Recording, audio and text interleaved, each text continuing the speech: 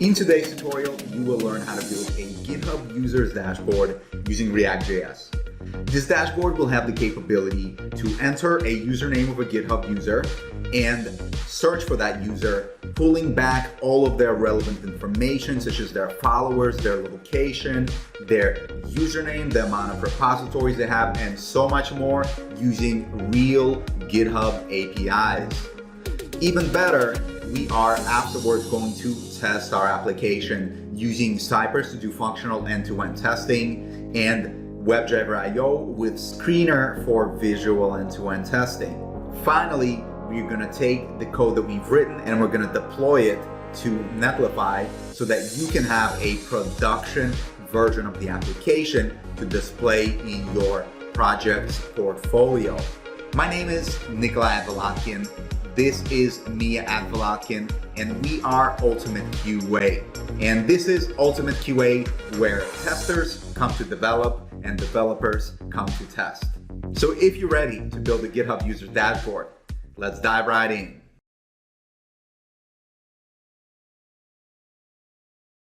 So let's go ahead and take a look at the web application that we're going to be developing today. Let me grab my glasses, put those on. Safety first, of course, especially when you're coding. So our web application here, it's already running on localhost 3000. You can see that it's a GitHub user search application. Underneath, it's using the GitHub API, which one of the endpoints is here that brings back a bunch of data in real time. And so, for example, you can see that it displays all this information about the user. In this case, it's myself. If we want to check out another user, let's, for example, check out this individual and search for him. You can see that here's the information about that user. You can see the requests actually went down because the GitHub API allows us 60 requests per hour that are allocated to our IP address. And so this number keeps on decreasing. You can see all of this information is dynamically updated. If we maybe pull up this user, another user, there's more information about that. And so it's a really cool application that we are going to build together. If you are ready to get started, then you're gonna need to get the code. You can grab the code here at this URL and then just navigate to the GitHub user search project. So be sure to fork, and while you're here, you might as well star my repository. And then once you fork and start the repository, you can go ahead and clone it to your local machine. When you clone it to your local machine, you are going to want to open the GitHub user search folder. If you're enjoying this tutorial and want to support this channel, be sure to hit the thumbs up button for the video. And if you want to be notified of every time a new tutorial is released, hit the subscribe button. Once you're opened up in the GitHub user search folder, you'll see two folders in there. There'll be an end folder and a start folder. The end folder is the final state of the application. So if for some reason along the way you get lost or confused, you can visit the end folder and see what that application looks like. In fact, after you install everything and you do an npm install, once you install the dependencies there, and you can see, by the way, I'm in the end folder. So if I show you the directory, you can see there's a start and an end folder. So once you navigate to the end folder, then you can do an npm install, and then after you can do an npm start. And of course, that's going to spin up the application on localhost 3000, which is exactly the application that I just showed you. And there it is being spun up. So here's that application. Now, we're going to start in the start folder. The start folder has a bunch of very useful code that's already been set up for us. So in order for us to focus as much as we can on actually coding and testing the application, I've decided to minimize the amount of boilerplate code that we need to set up, right? So we don't need to keep creating files, keep importing stuff. And so what you'll notice here is we already have a bunch of the components already created. In fact, let's go ahead and start up our very simple application. We're going to navigate up, and then we're going to CD to start, and then we're going to do an npm install, and then after that you're going to want to do npm start. So once that's up and running, we'll come back and I'll show you what that looks like.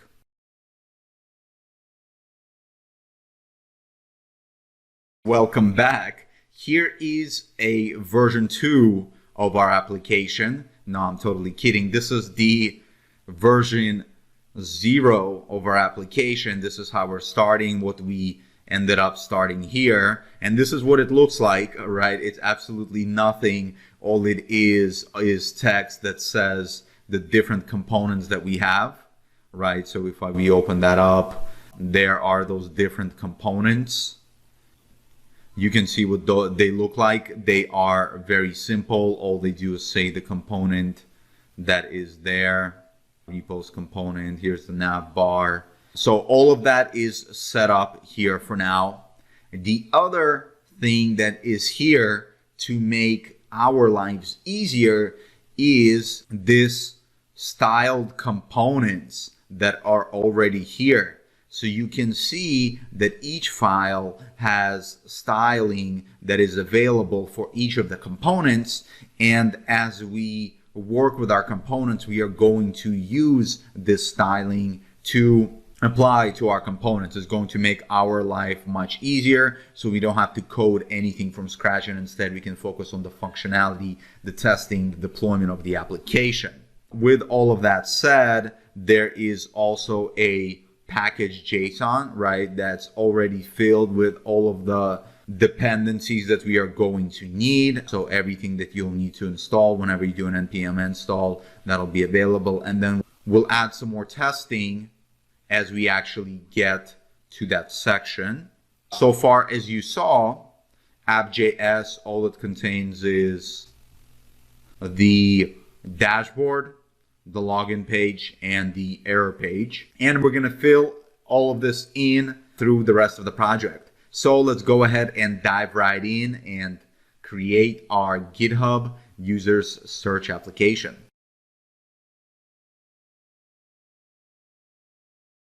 Alrighty, so here we have our IDE on the left-hand side. On the right-hand side, I've snapped our application so that as we develop, we can actually see exactly what's going on. And we're going to take this slowly, step by step, and we're going to build this out into our application. So the very first thing to notice is we are here in app.js. And in here, this is in our application, we are returning 3 separate pages. We have a dashboard page, which is where we are going to have pretty much our entire application. We have a login page where a login should go to be able to log into the application. And we're going to have an error page, and that page is going to be used for whenever you hit a wrong URL. That's going to be the error page. The very first thing that we want to do is use React Router DOM to allow for navigation for different pages. So we already have a React Router DOM in our package JSON. We can see that down here. Okay, so we're going to use React Router DOM. So let me close this and go back to app.js. And then we're going to come and replace this. So the very first thing that we want to do is replace this div with a browser route. And that is, as you can see, coming from React Router DOM, which is already imported for you by me. Next, we're going to need a bunch of routes. And then we're going to take all of these and move them inside of the routes.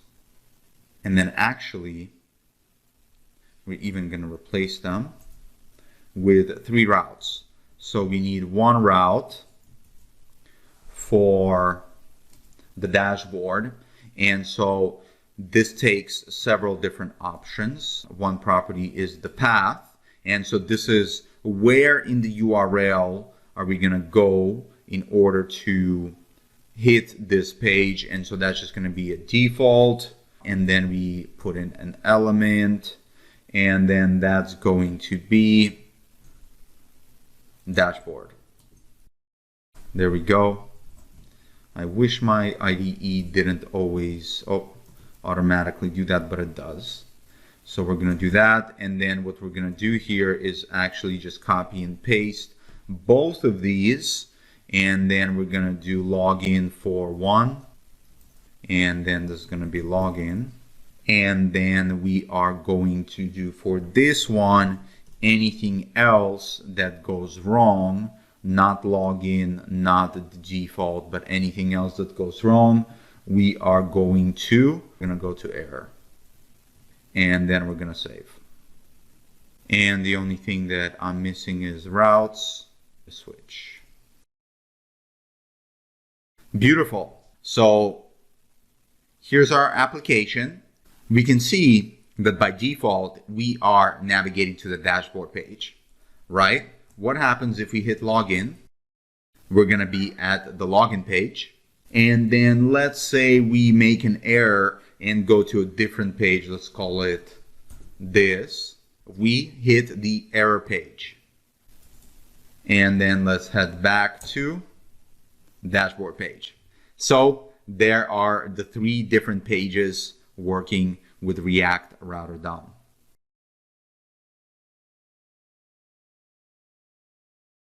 By the way, just a quick tip.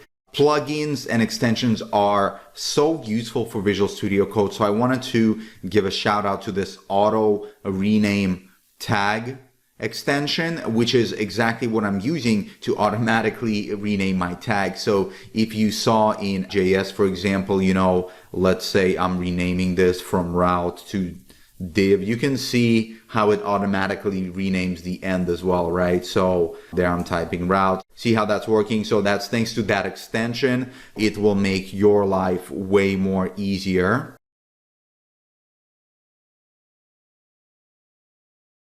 While we're here, what I want you to do is also think about how would you test the changes that we just made, right? These tutorials, they're not only about development, they're also about testing. So how would you go about testing it? We don't have to do it right now because we're going to revisit this topic a little bit later, but at least just think about what we did and how you test it. Also, while I'm here, what I'm going to do is actually create a brand new branch so that if you want to follow along in all of the commits, you definitely can. So let's go ahead and do that.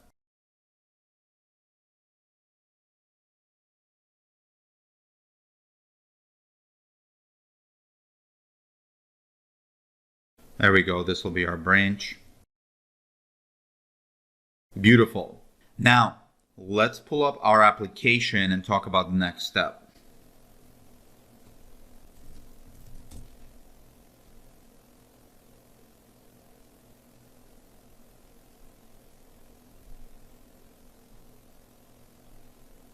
So what do we want to do next? Well, I typically try to take the approach of fast iterations. So one of the easiest things to do in any kind of application is an error page. And let me show you exactly what that would look like.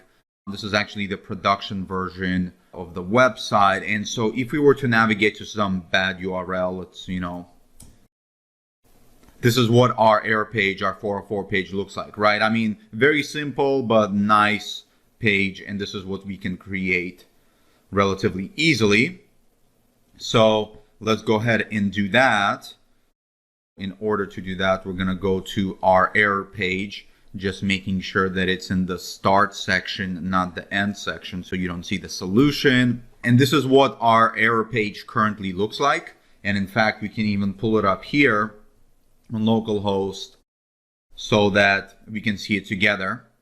And before I dive into it, I think it's important that we talk about styled components. So what you'll notice here is a bunch of CSS that's already here for you, so we don't have to code the CSS, but you'll also notice that it's not in an individual CSS file. It's actually here inside of the component. And that's because we are using styled components here that make it really easy to be able to style our components inside of the same file as the actual component, right? So we got our arrow component here, and we got our styling right here. If you want to learn more about styled components, the documentation is right there, styledcomponents.com. They have a cool intro here where you can see exactly what it looks like. So you can you have the component right here, and you can literally edit this. Let's say, we want to do a yellow background. You can see how that changes as we change our styling of our component there.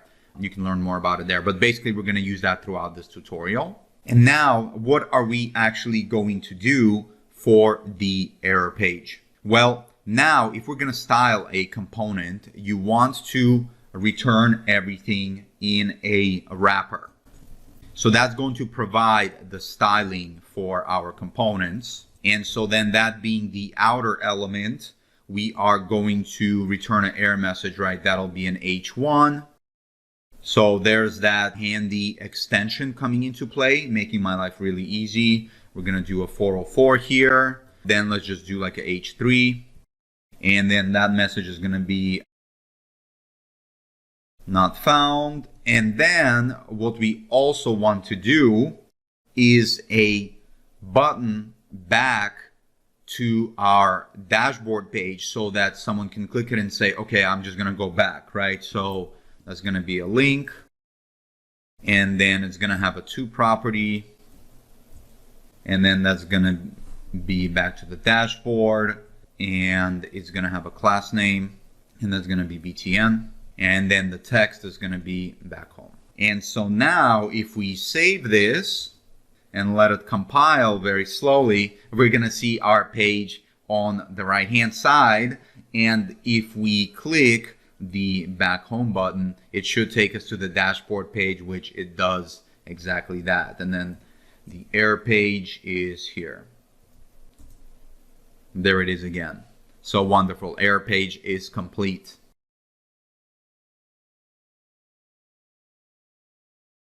All right, so next we want to code another relatively easy page that's going to be the login page that's available here at /login. So let's go ahead and make that happen. So we're going to totally pressed Command P here, and then we are going to go to the login page here. You can of course see that we have a lot of the relevant stuff imported. We have the CSS ready here, and so now let's actually implement it. So just as before, we're gonna wrap our entire component in the wrapper, right? And so then that uses the CSS defined below, and then inside of here we're gonna put a div, and then we'll give it a class name container, put an image. So what's the image going to be? That's going to be this image that we are importing up here. Do GitHub user. So now we got the image. Let's do a H1. That'll be GitHub user. And then let's add a button. The button class name will be btn, of course. And then the button is going to have a login button. And that's it. And actually, let's navigate there. I like to see the before and after, right? Especially when we save. So that's what it looks like before. Let's save it, see what it looks like after. Way better, right? So you can see this is the image that was pulled in. This is this GitHub user header right there. And then here is our login button that's getting this class name. By the way, if you're not familiar, where is this styling coming from? There is still a index.css, and that does contain a bunch of elements like button. You can see how our button looks. You can see how section looks and so on and so forth. So we do still have a bunch of styling, but we also have styled components as well. By the way, you might be asking, what about the login button? Look, when I click it, it doesn't do anything. Well, in a future tutorial, we can actually make this work with auth0, use auth0 authentication. So be sure to comment below and let me know if you want to see such a tutorial where we add auth0 authentication with this login button.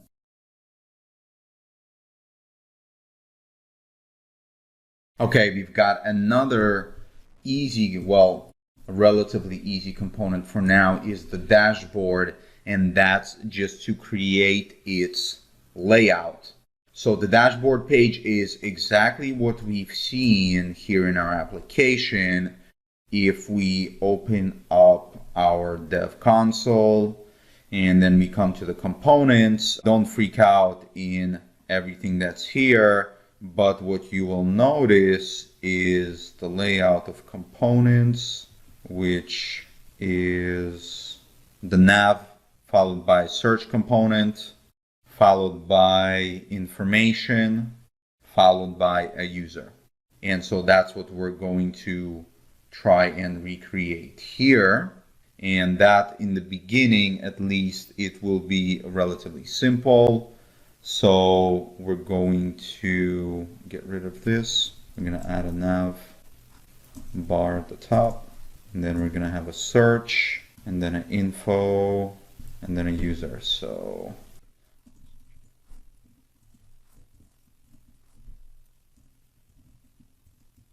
and then a user, just like that. So obviously all of those are imported up here. We're not going to need repos, and that's obviously being imported from the components.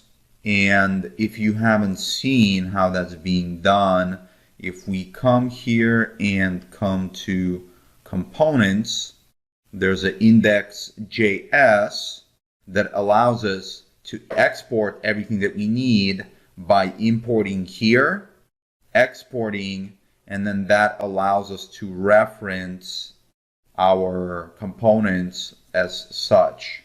And so then when we save, of course, the dashboard page is now navigated with each of those components.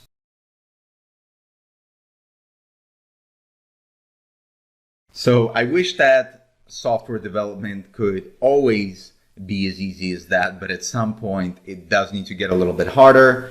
And in this case, that's exactly what's going to happen. We're going to introduce a GitHub context here. But before we do that, we need to talk about the context from React. So we're going to be using this context in order to be able to pass global data inside of our application. So in here, React gives an example of what happens when you want to pass this theme down to your child components, right? So we have this dark theme being passed to the toolbar. You can see that the toolbar is then passing it to the button, and then the button is then finally using the theme value over here. It's obviously a little bit annoying to keep passing this theme down until you actually need to use it. And so that's where the helpful context can come into play, which are used like this, right? We create the context and then we set the theme. And so then our application can set the value of the context here. And notice how our toolbar is not taking any props. And so toolbar then creates a themed button. And then that themed button, knowing the context, can actually read it from the theme at this point like this. And so it's reading this context and putting it in the theme here without having it to be passed down through multiple components. So that's exactly what we're going to do, but instead we are going to do it for our GitHub information. I'll show you exactly what I mean there. So the very first thing we're going to do is navigate to our context User.js, which currently doesn't have anything in here, but we are going to add it. And so we're going to need a const. I'm going to call it GitHub Context. And then that's going to be React.createContext. Okay? So once we've got that, we are going to create a named function. By the way, a nice keyboard shortcut that you can use to create a named function really easy is nfn. That's coming from this extension here, this one, ES7 React extensions. Okay, so we do nfn tab, and so it creates us this named function. This named function is going to be called the GitHub provider. And then it's going to take children, if I could spell children. And then inside of that, we are going to return. I'm going to return a GitHub Context provider. And we're going to set a value. I'm going to pass in hello, just to show you what that looks like. And then here we're going to pass it to the children. And then we want to export this. Beautiful. Next step we want to do is wrap our app in this. So let's navigate to actually index.js right there. And so here we are going to wrap our app in the GitHub provider, which is obviously already imported. And so to do that, we're just going to come here, provider, cut this, and paste that. Paste that in there, save it just like that. Application still rendering totally okay. And then the final piece that might connect all of the dots in terms of using this is if we go to Info.js, and here we are going to get our data from use context, and then of course we're going to use GitHub Context, which is being imported from up here. And then using that data, we can actually do something with it, which we were passing in what? If I save it, what were we passing in here? We were passing in hello. And so now you see that our component is displaying that information that was passed through from our context. Then our context passed it into the app then passed it to the dashboard passed it to the info, and then the info displayed it. So you can kind of see the helpfulness of the GitHub context being used here.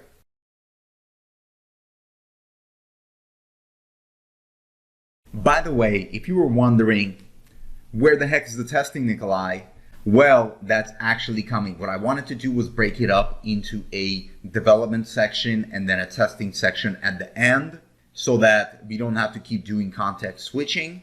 And instead, in this README here, which you can see is located at the root of the GitHub user search, I am keeping track of potential risks and potential downfalls of our application.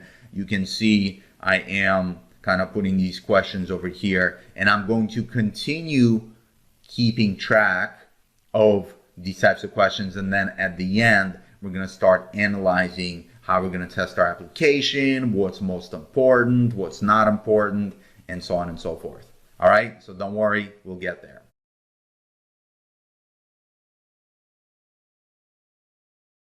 All right, so why don't we actually do something valuable with this information instead of just passing in dummy data?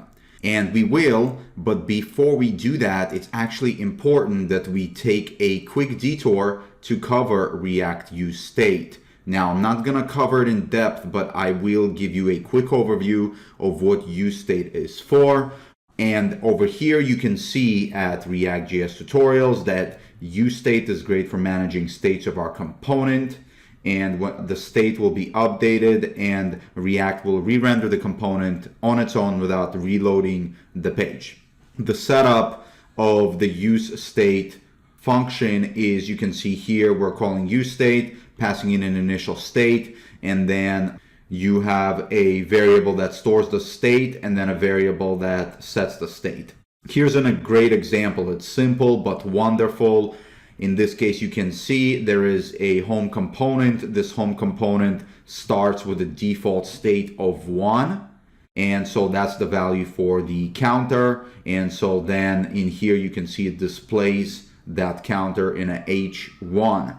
Now, if we were to update this state, you can see that now this H1 has an on mouse over event, which then calls update state.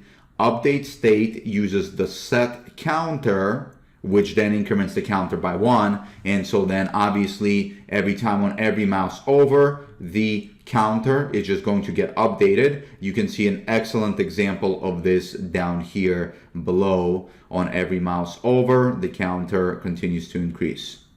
See that? So that's how it works. Let's try to apply it in our application.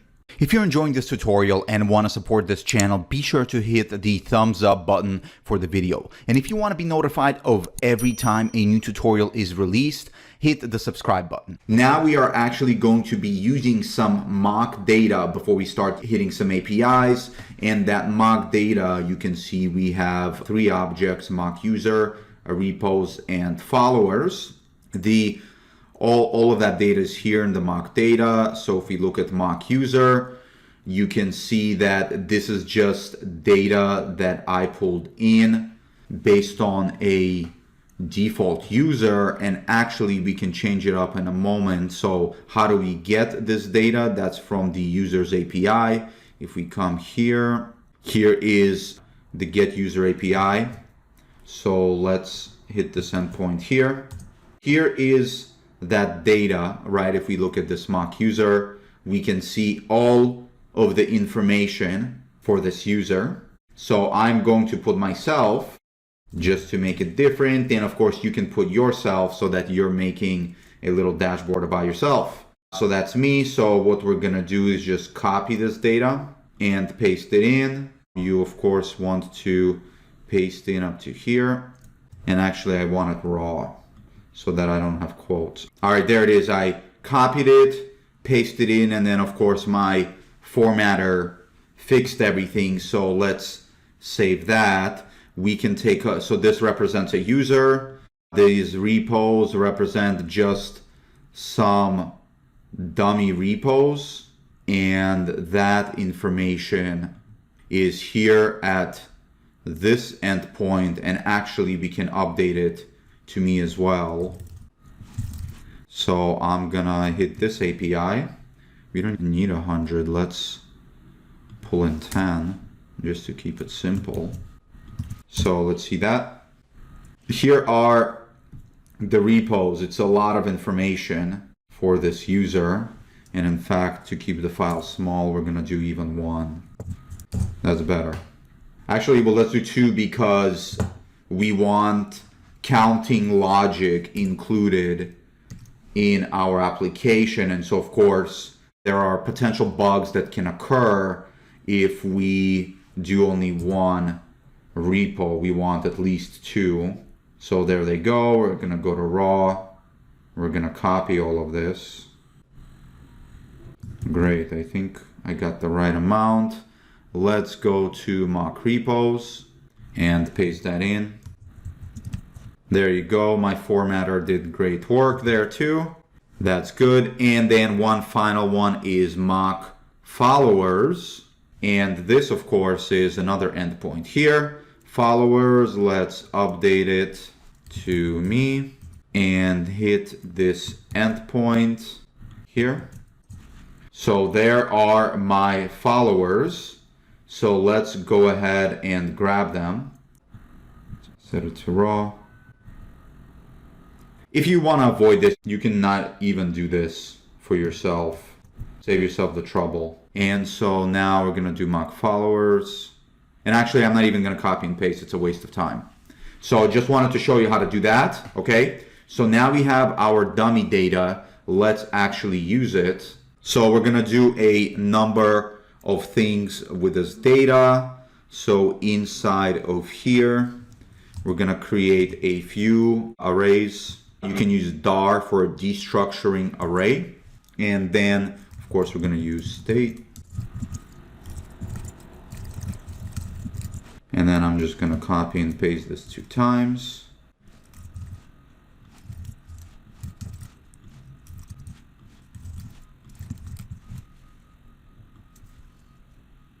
And then in here, we're just going to provide all of those values. Beautiful.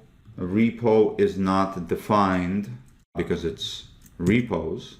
There we go. All of them being used. Beautiful. And now let's go to our info, and we are going to use this information. So we don't need this anymore. And instead, we are going to log our data. CLG for console log. And then this is the data that we just entered in our GitHub context. There it is. Let's inspect our console. And at the bottom here, we can see we have an object, and check it out. We have followers, we have GitHub user, and we have repos. And if we expect the followers, we have all the information about the followers. We have GitHub user, which this is me. And then we have repos, which we only pulled down 2. So there are the 2 that we pulled down. And later, we're obviously going to display all of this.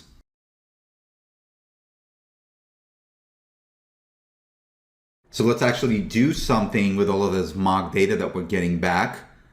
If we take a look at our production application that we're trying to emulate, you can see that here in the info section, we are getting repos, followers, following, and gists. And then of course, we're getting a count of each of these.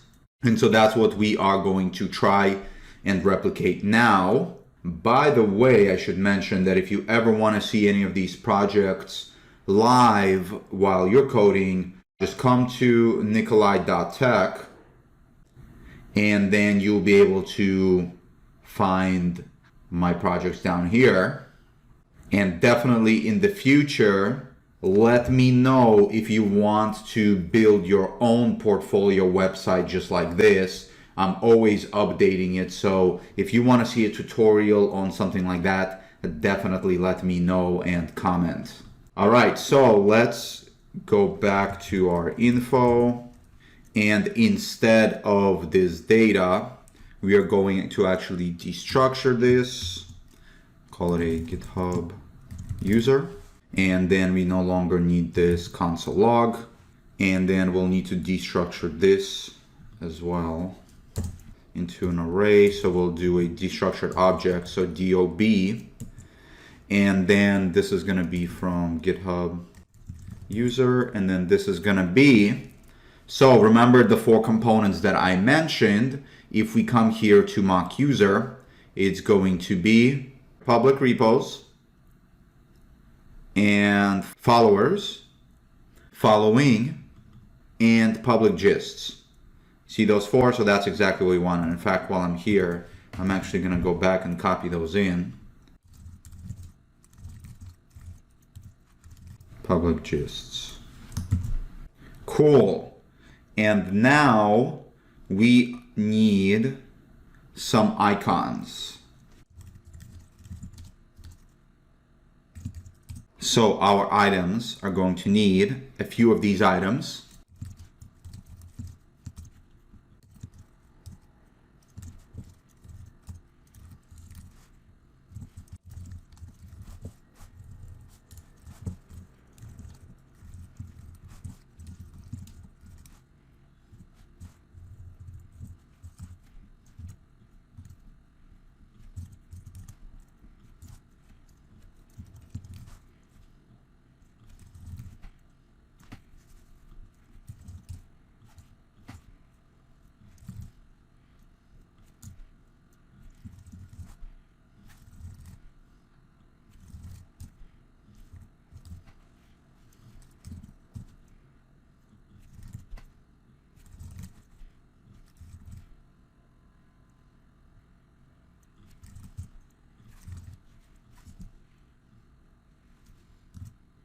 All right, so you may be wondering, what exactly did I do here?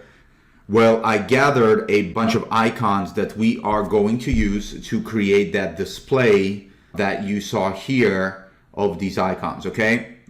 So how did I get these icons? Well, we got those from React Icons, which you can see here, where those are being imported from. React Icons is really great for icons. So if you come here to React Icons, you can see there are a number of icons that you can use. And so, for example, this is what FI users looks like, right? And then this one is repos. So this is called Go Repo. And so there is our Go Repo, what that's going to look like. And you can have anything you want, you know, you can have a person, you can find any icon that you like and use it. So that's how that works. And now we are actually going to use this.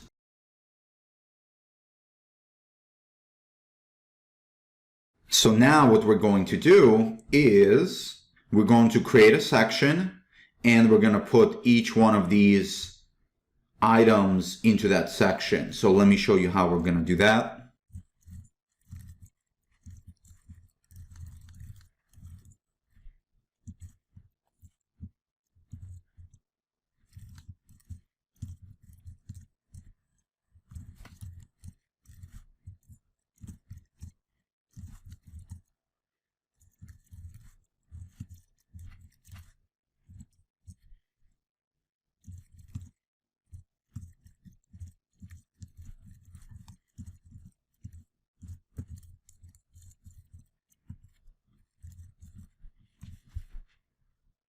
All right, so we just created each one of these items here.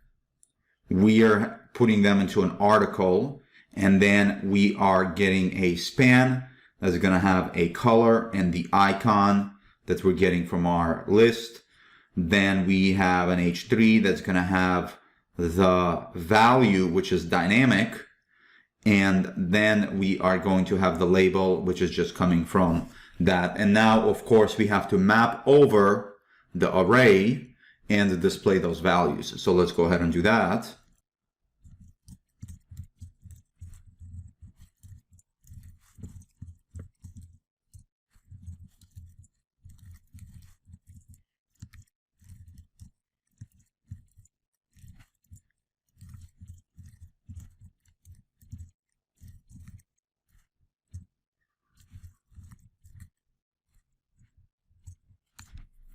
All right, let's save it and see what happens. Beautiful. It worked out perfectly. That almost never happens. So let's just double check everything. So yeah, we got the repos with the value. We've got the followers. We've got the following, and we've got the gists. So each of these, all right, was a section. This is our section here. If we want to inspect how everything looks here, we can see that here's our section. Inside of the section, there is our class. And then inside of there, we have an article, right? Each of these articles is this item, because that's exactly what we were rendering. And so then if we open that up, you can see that there's the span inside. And then there's a div, and inside the div, of course, you're going to have the H3 and the P. And that's how that works. You can see how it's reflected in the UI. And of course, the styling coming from the styled components, which was here, the wrapper, and the wrapper wrapped each one of these items. And if we use our components, we can see here as well, styled section, there's an item, there's a Go Repo, there's an item 2, FI users. All right, cool. We're finally getting somewhere visually.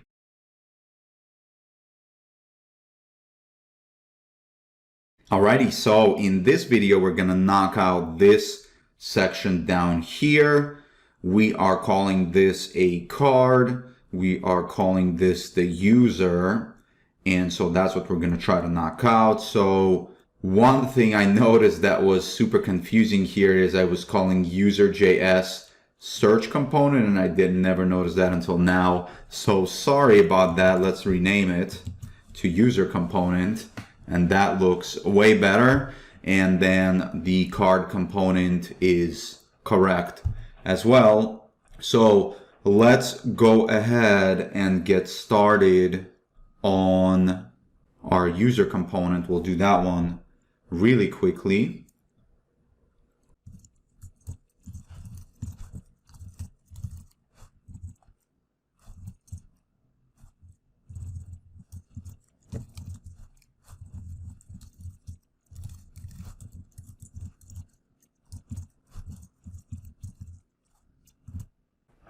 Beautiful. So there is our user.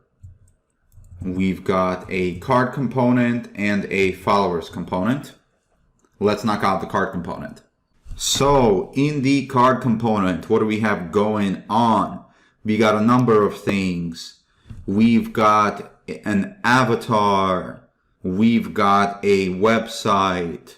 We've got the location. We've got the workplace. We've got the name. We've got a Twitter username. We've got the bio, and we've got this follow button. So let's make that happen.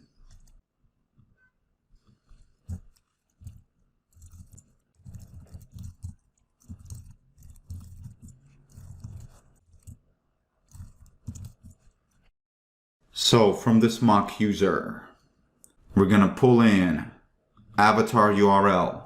We're going to pull in HTML URL. We're going to pull in the name, the company, the blog, the location, and Twitter username. So let's grab that. Avatar URL.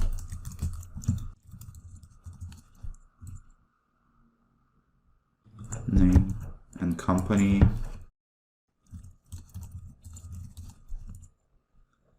Blog and location. Bio as well. And last one, I think, Twitter username. If I miss something else, we can add it afterwards. Let's save it. Nothing happened yet. So now let's actually do some work.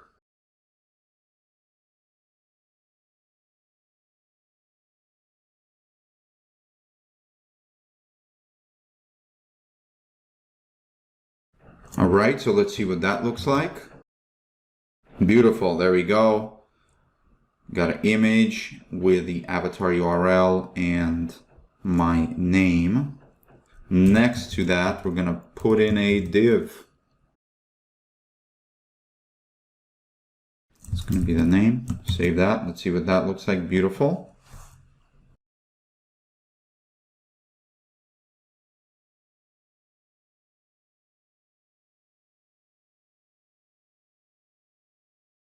All right, add a Twitter username, otherwise it falls back to John Doe. And then below that, I'm gonna add a link. It's gonna be a HTML URL, and it's gonna be follow. Beautiful.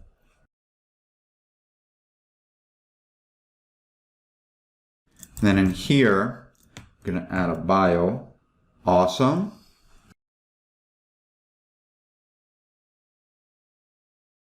Wrong class name. Let's what are we going to do? Paragraph. Inside of that, we're going to do this business icon again from React Icons company. Let's see what that looks like. There it is. Oh, and actually I want this outside of that. Let's see. There you go, much better. So it's not inside of the actual icon.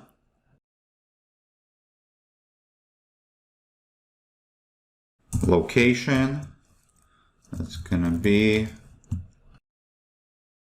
gonna say Earth. Let's see. Nice. So same thing. If no location comes back, we default to Earth. And then we are going to add this URL. So that's a link. href. Let me see what we're using, the blog. What does that come back as? Comes back as that. So we need to make sure that this comes back as a correct URL.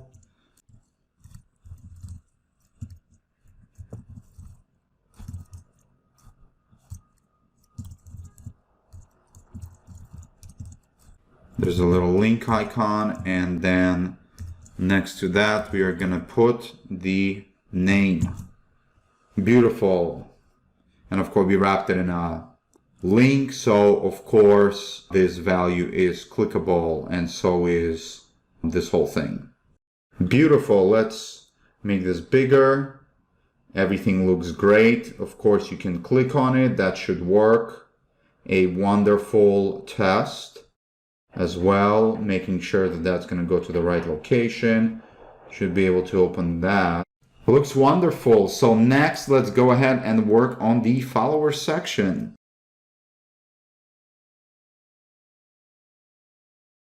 And talk about the testing strategy. The reason why I want to talk about the testing strategy now is actually our application development is getting pretty deep into the weeds, and myself as a developer, I'm starting to get nervous about the state of the application, whether the changes that I am making are actually breaking anything. And without tests, I feel totally uncomfortable and nervous making a bunch of changes. Normally, we would be testing our application throughout the process. We can code a feature, add some tests, add another feature, run the tests, add more tests, and so on and so forth, slowly expanding our application and also expanding the test coverage. But of course, in this tutorial, I didn't want to be flipping context too much, so we focused on development, and now we're going to focus a little bit on testing, again, because I'm getting nervous. So, talking about testing, how are we going to test our application? We've introduced now a number of features, a number of areas that need to be tested. How do we actually go about testing this?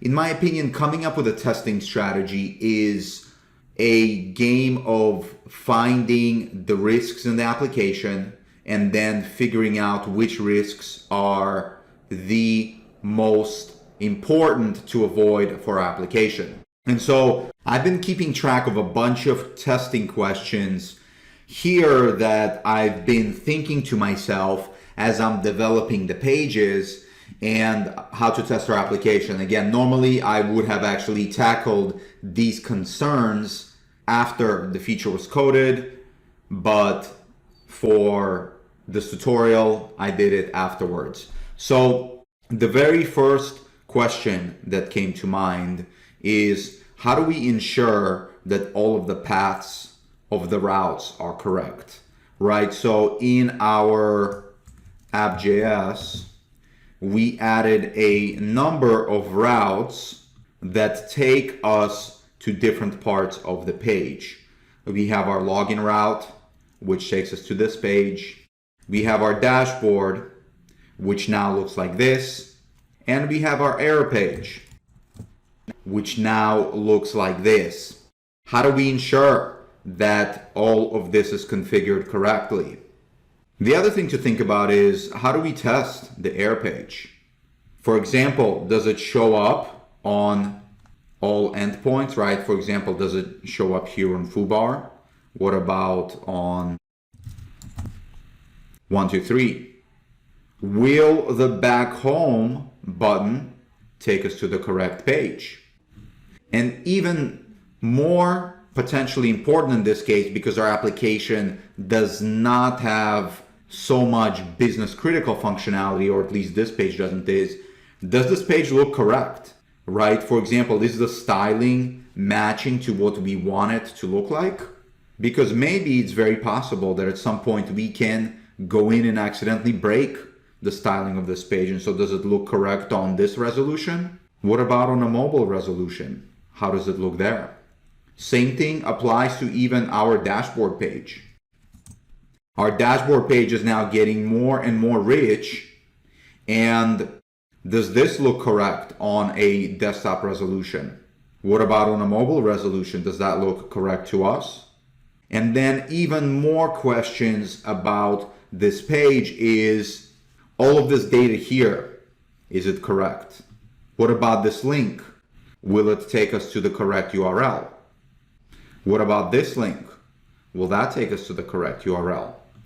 And so those are at least some of the questions that we need to answer in order to be able to test our application. There are numerous ways that we can do this. We can do this by talking and thinking, just as we did here together. We can even add code coverage tools to help us measure the lines of code that were touched by our tests. So there are automated and non-automated ways to come up with our testing scenarios. So why don't we begin with thinking about how do we ensure that all of the paths are correct, and that whenever we navigate to some URL like login, whether that takes us to the correct page or not. How would we test that?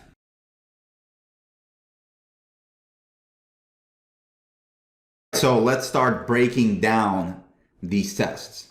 So for the very first question, how do we ensure that all the paths of the routes are correct, right? How do we ensure that when we go to a URL, that URL takes us to the right place? Now, I can think of several ways to do this, and hopefully you can as well. One of them could be writing an automated functional end-to-end test using something like Cypress, right? You go to a URL, ensure that the URL contains the correct locator, and then you're good to go. You could have like 3 of these tests, 1 for each of our pages, and we are basically set. That could work, but honestly, a little bit wasteful, because if we are just checking for the URL, then all we really need to know are the values of the path property in our route, right? Wouldn't this be sufficient for us to know that our application is going to navigate to the correct URL? Because clicking and actually doing the navigation is unnecessary. Then we could make it simpler by doing a component test. We could do a component test that checks the path attribute here, here, and here, and that would work really well. Component tests are wonderful because you don't need an actual application running. The component tests run extremely quickly, and they basically will just ensure that whatever we're checking is valid.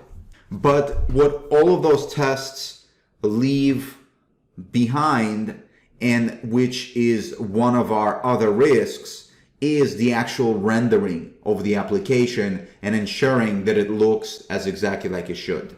And that's where visual end-to-end testing comes in. With visual end-to-end testing, we can ensure that our application looks as we want it to look. And the way we do that is by navigating to different URLs, capturing a snapshot, and then setting that snapshot as a baseline and using it for future iterations.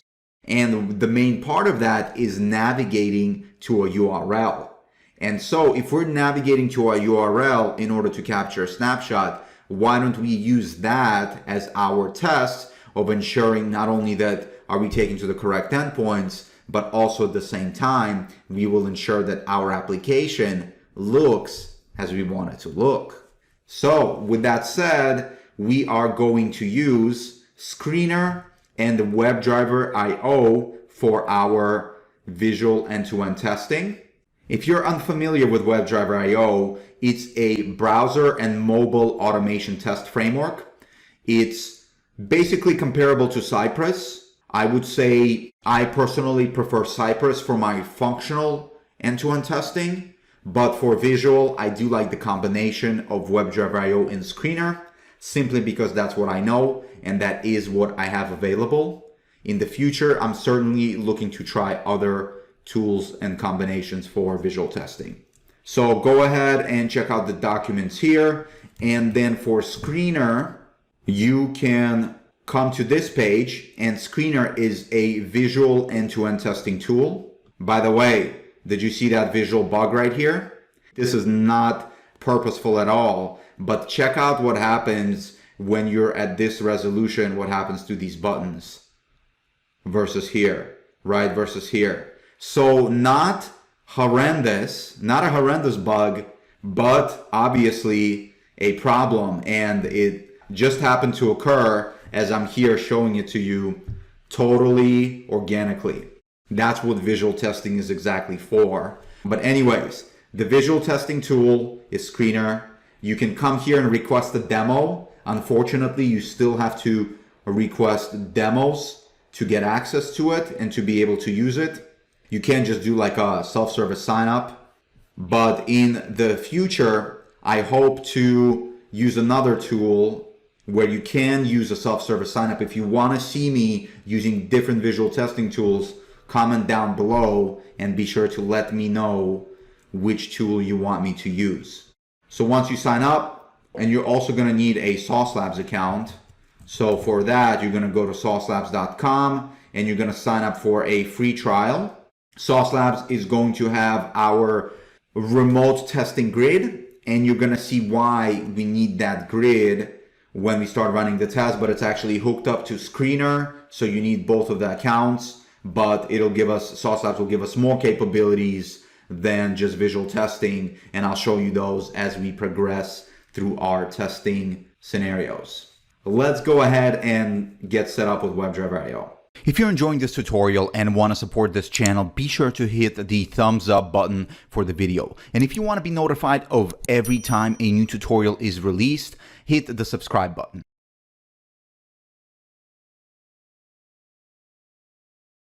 All right, so we're going to go ahead and update our WebdriverIO Conf.js to meet our needs. What I went ahead and pasted the desired configuration that we want here, and I will walk you through it.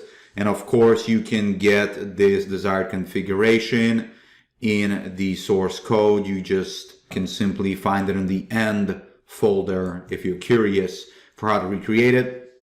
So at the top, we're configuring visual options. We're setting an API key. This is the API key that we got from Screener. You just need to make sure that it's stored in your environment variables. Of course, you can hard code it. However, the best practice is certainly to store it in your environment variables. That means that either in your bash or ZSH profile. So one way you can test it is by coming over here, doing echo $, and then the API key. And we're going to set a project name. One other thing I wanted to mention for environment variables, on Windows, you just simply save it to the system environment variables and then read it accordingly. The project name is, we're calling it GitHub users. Then we're setting up sauce options. Those are going to give us the sauce username and sauce access key. Those as well saved to your environment variables. You can check them by doing an echo command as well. I'm also going to go ahead and add extended debugging. This is going to basically enable network logging for our application. Super useful. It comes as part of Sauce Labs. I'll show you later. Down here is one important component to set up is Sauce Connect proxy. Sauce Connect proxy allows Sauce Labs to create a secure connection to our localhost 3000 so that we can test against that. So we have that configured right here. Next, we are pointing to the Screener hub. And then finally, the most interesting part is we are configuring the browsers and operating systems that we want to run on. Here we are saying we can run on this desktop in the most popular resolution. And then we can even in the future run it on iPhone 12, Samsung S20, and so on and so forth. For now, I'm actually going to go ahead and comment that out. It's one of the beauties of visual testing. Down here, everything is good. The only thing I want to make sure is that this timeout is set to at least 180,000 to allow extra time for visual snapshots to be taken. So, with all of that said, there is one other thing to update, and that's the actual test. So here is what this test actually looks like, and it's using WebdriverIO. If you're confused about the WebdriverIO API, it's there in the documentation. However, I'll quickly walk you through what happens here. So we go to the URL, which is our base URL at localhost 3000. And then here we are initializing our visual session, and we're taking a snapshot of the very first page, which we're calling a dashboard page. Next, we're navigating to the login URL, and then we are taking a snapshot of the login page, which now I realize is missing a part. We want to synchronize here as well. And so we are going to synchronize like this. We're going to wait for this image to be displayed. And which image is that? That's going to be here. If we go to the login and then we inspect this, we're waiting for that image, right? Using a CSS locator. So waiting for that to be displayed. And then we are going to take a snapshot, and we're calling it the login page. Afterwards, we are navigating to an obviously wrong URL. We are going to wait for this element to come back to us. In this case, that's, let's go see. We're waiting for the back home button to come back to us. And then we're taking the final snapshot, and then we're ending our test. And we're expecting that we're not going to get any error messages from our test. So let's actually give this a run, and everything will make much more sense as we execute.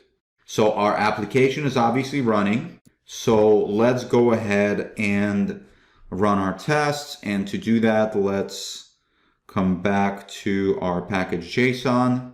And as you see, I created a test visual here to point to the WebdriverIO config. So you can do npm run. Beautiful. So we see one has started. We can actually come over to Sauce Labs and we'll see the test running there. Let's see what's failed. I bet I already know what it is. Spec. No spec reporter. That's because I copied and pasted the WebdriverIO config from a previous test I did. So no spec reporter dot reporter. Okay. So if you get the same error, please remember that that's the problem. Let's give it another run. Let's see if anything happens. So something is started. Beautiful. So we have a job queued over here running on Windows 10, Chrome 97, started less than a minute ago by me. If we open it up, we will actually see the test executing in real time. Let's see that happen. Beautiful. So let's see what's happened here. First of all, I do see a test has failed. Okay.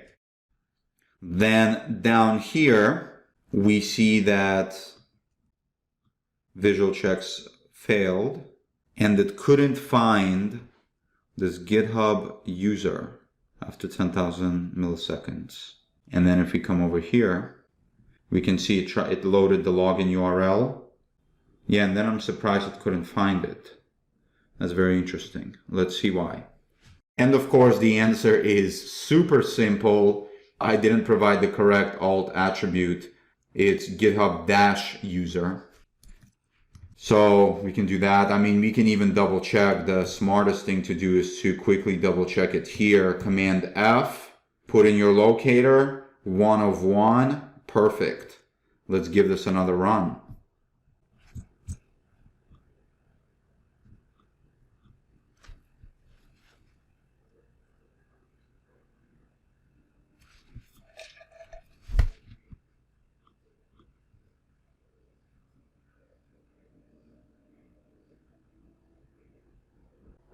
Nice. It definitely went further than before. And by the way, did you notice another visual bug here too? I would call it a visual bug because why do I have to scroll down to see the full page down here? You know, it was looking good here, but then when you get to here, it is not good. So I'd call that another visual regression where visual testing could certainly help. And so now let's see, we have one test failed. And what happened was 3 visual regressions found, test failed, view report. And that is actually expected, which is awesome news for us. So let's go look at the Screener dashboard to see what's going on.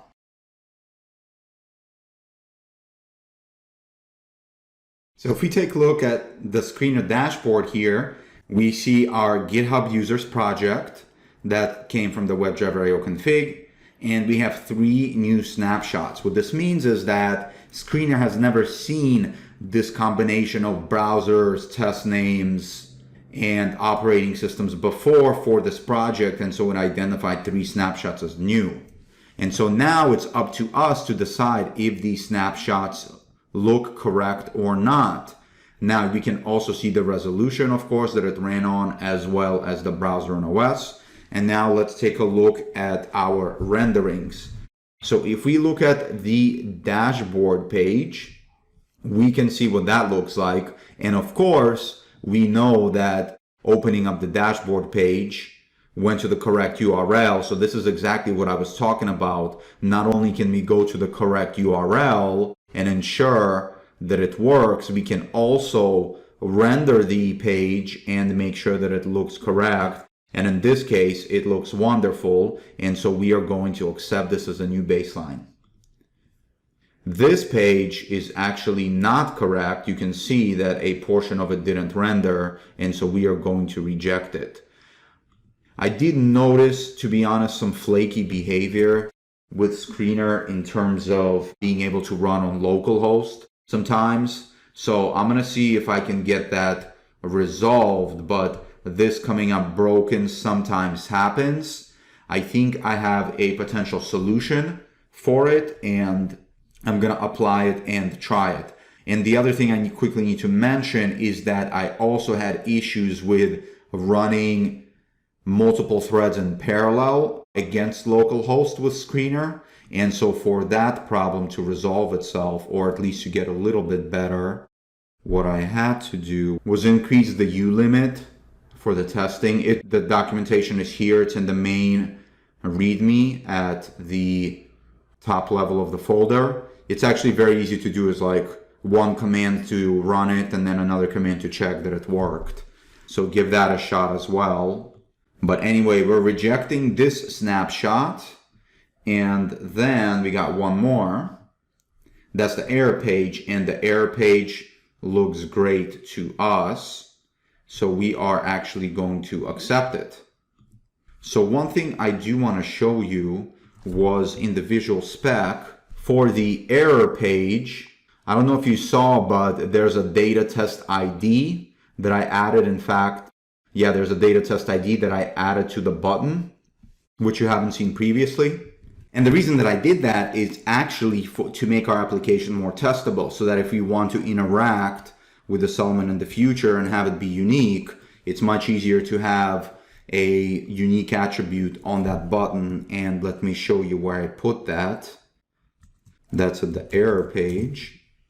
You can see here how I added a test ID attribute and a value. And we can do that with any element. It's part of making the application more testable.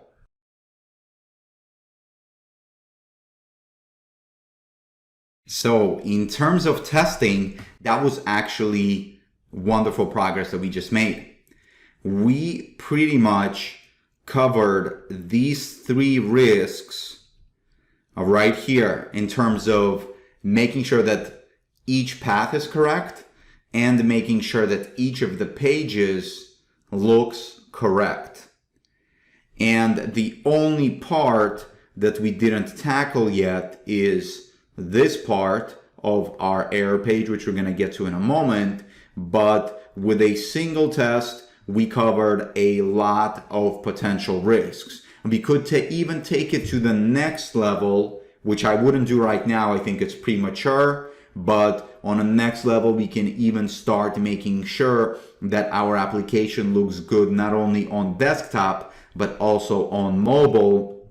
And we would do that by enabling more viewport sizes such as this or this. However, as I said, currently it's premature in my strategy. In a visual testing strategy, I would rather first focus on ensuring that everything functions and looks correct, and then ensuring that it looks correct on different browsers and operating systems, and even, whether it's mobile or not, because there you start getting into complicated situations where Safari may function differently than Chrome, and so you may need to start writing different types of tests for different browsers. And I don't think that at this point those risks are necessarily too heavy on us, and I'd rather just make sure that our application is functioning and looking correct, at least on Chrome. Anyway, how are we going to test this requirement right here, right? When we navigate to the error page, does this button take us back home? How are we going to test it? Think about it. When you come back, we'll talk about a solution.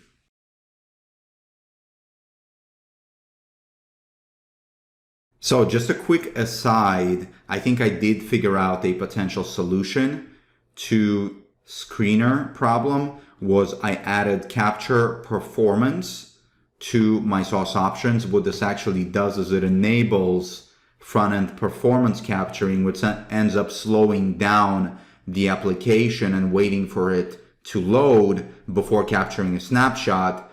And so I believe that is enough of a delay in order for the snapshots not to be premature.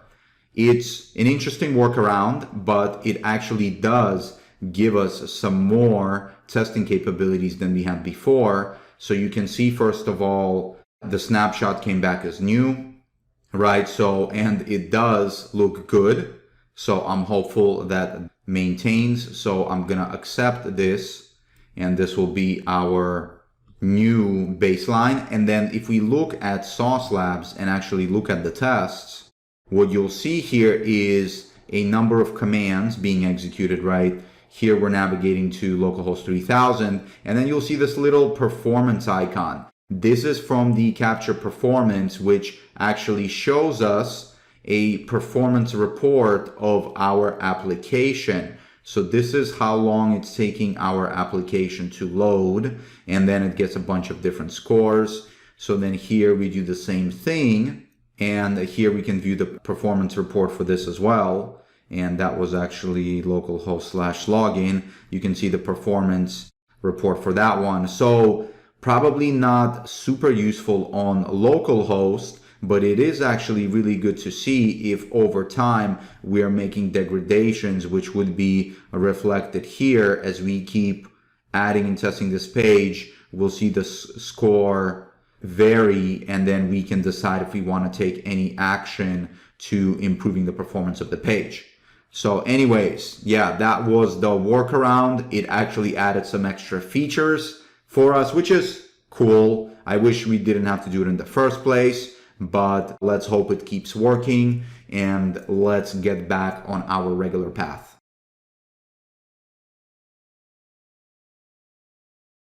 So did you think about how you are going to test that this button takes us actually back home?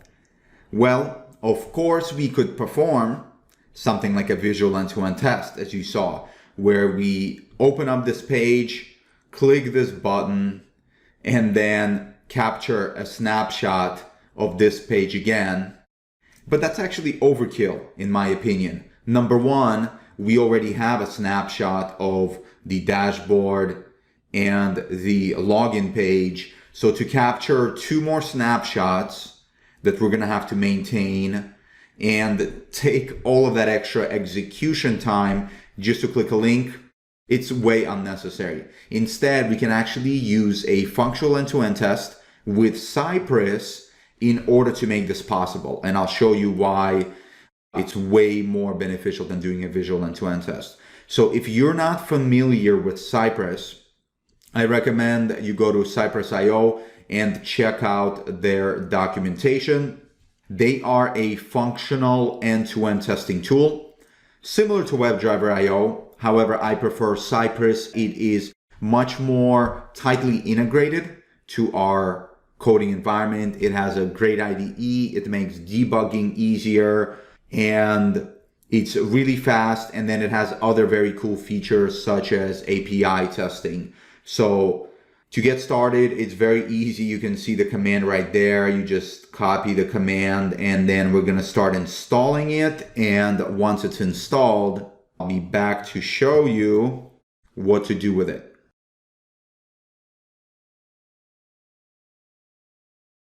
Once Cypress installs, we are going to run an npx cypress open command to open it up. So I'll show you what that looks like. It'll take a little bit, check it out. And then it's going to start installing it. So there it is, installing it. And then I got to show you one funny thing that I found. It's like whenever you're looking for stuff, you always find it. So check out this landing page. Watch what happens as I expand this window.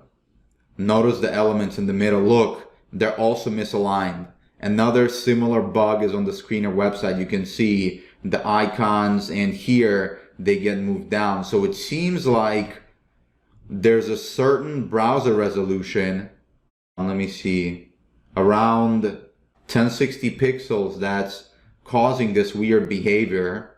And then of course, if you keep expanding it, they do align fine, but in between there's this weird resolution that is misaligned. So not a huge deal, but again, it's so funny that as we're talking about visual testing and doing it, we are finding so many visual issues. So by the way, Cypress has installed and is open. You can actually see it right here. This is the Cypress UI. It's very cool because they get you started with a bunch of different spec files that show you how to perform many kinds of operations. So you can run all of them. They will run and you'll see it run, but let me show you just one example. Let's do this to-do spec just to show you what it looks like. So here's going to be Cypress running a bunch of tests. So look how cool that is. On the right-hand side, you see the application. On the left-hand side, you see the tests. You see each test. Here's a test being executed. And then here you can see step by step. So here's getting another element and then asserting. Here, how about can add new to-do items? So visiting the page, getting this new to-do, then getting the list, and expecting to have a length of 3, and then expected, I guess the last one, to have text feed the cat. So you can see how cool this is. It shows you step by step what the test performed. It makes it really easy to debug and really easy to run. So that's the Cypress UI and Cypress Test Runner. As you see, we have now a lot of new changes in our source code, 27 to be exact. And if we open up here, let me show you that now we have a Cypress folder. Inside of the Cypress folder, we have fixtures, then we have integration, and this is actually where our tests go. So you see the two folders here, they correspond to these two folders right there. And each of these files inside of Cypress corresponds to a spec file inside of these folders. And so that's how that works out. So all we have to do is add tests in here and they'll show up in here, and then we can run it. And of course we can run it through command line as well. So now that we've installed Cypress, let's actually go ahead and write the test.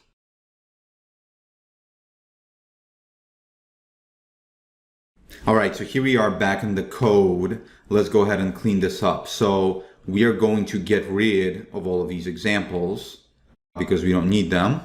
And we're even going to get rid of this folder. Instead, you know what I'm gonna do is I'm gonna copy this, go to the integration folder and paste it there, because I don't even know how we're gonna organize all of these tests yet. So we're just gonna put it in a single spec. Let's rename this. We're gonna call this error, because we're testing error page, right? Just call it error.spec.js. And let's write a test. So there's a bunch of documentation here, which is really great. You can obviously go through it. We're not here to do comprehensive Cypress training, although if that's something you want in the future, absolutely let me know and I'll be happy to do it. Anyways, up here, you can see this reference types. It actually gives us a super nice IntelliSense. I'll show you what that looks like. Then here we have a before each, and actually let's rename this describe block. So we are gonna name this our GitHub users app. There you go. Or actually, yeah, we're even gonna name this error page, because we're only gonna have maybe error page tests in here, but let's just call it that. And we're gonna call it error page. And then we're gonna do this visit, but instead, a very good thing to do is to navigate to the Cypress JSON, and then we're gonna add a base URL property. And then that's gonna be, of course, localhost without bar. That's great. Let's go back to our error.spec.js. So let's get rid of all of this and get rid of all of that. We can reuse this test, and then let me clean up the rest.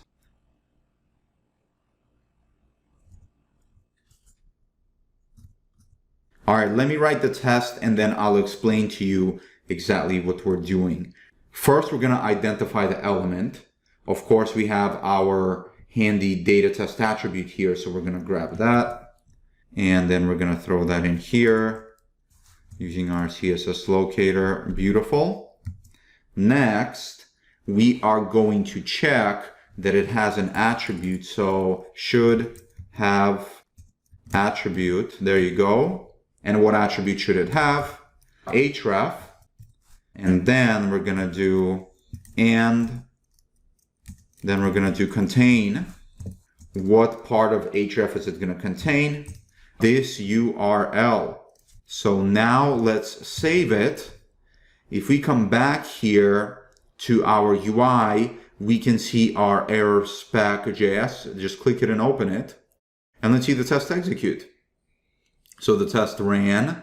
It opened up the right page, but of course, then it failed because we want to be on the foobar page and not just on our dashboard page. So of course it failed on the rest, and you can see what happened automatically when it failed. Really great error message saying it timed out because it couldn't find the element. And so with that, we just need to say foobar. And in fact, to make the testing even better, we can do like this, not that it's going to make a big difference. And then so with that said, we are now navigating to the right page. You can see it's a 404 page, and then it's checking to expect that there's a link, and that link has an attribute to include the /. And so with that, we know that our error page is going to navigate to the correct URL when clicked because it has the correct href attribute. Well, sometimes I get the question, but why are we not actually clicking the button? Well, the reason for not clicking the button is it's actually unnecessary, because the button is an A tag, and an A tag is going to function exactly the same in all of the browsers. And so if the A tag in our application is not working, it means it's not going to work for the rest of the internet. And so the clickability of this is handled by the browser. And so it's unnecessary to click on the element in order to check that it goes to the correct URL. I mean, if this wasn't the A, it wouldn't be clickable, and then it wouldn't take you anywhere, and vice versa. If, for example, this was going to Google, and then we saved that, and then we reran our test. Oh, because it includes the /. So that's not good. Let's fix that. And the problem is actually here in my include statement, it should actually be and equals that. So if we come back here, of course it's going to fail because we expected Google to equal the /. However, if we remove that from error.js now, and then rerun our tests, you can see that it passes. So it works great, but of course, if it was Google, you can see that now clicking this back home button takes us to entirely wrong URL because it goes to localhost/Google. And so that's why it's unnecessary to click, and it's only necessary to check for the href attribute. And so that's why I was talking about it's totally overkill to do a visual test in so many levels. But even when we're doing a functional end-to-end test with Cypress, we can have a test as simple as this without actually needing to click any button or link. Make sense? So with that, let me just do some final cleanup. I'm going to even get rid of this total folder. Let's move it to the trash. So now we have just a single error spec. If we close this up, and did I save it? I think I didn't save it. And maybe refresh this. We have only one error spec. And so anyway, it's here. We can run it and it passes. All right, awesome. So quick little introduction to Cypress. Let's proceed with the rest of our testing strategy and development. If you're enjoying this tutorial and want to support this channel, be sure to hit the thumbs up button for the video. And if you want to be notified of every time a new tutorial is released, hit the subscribe button.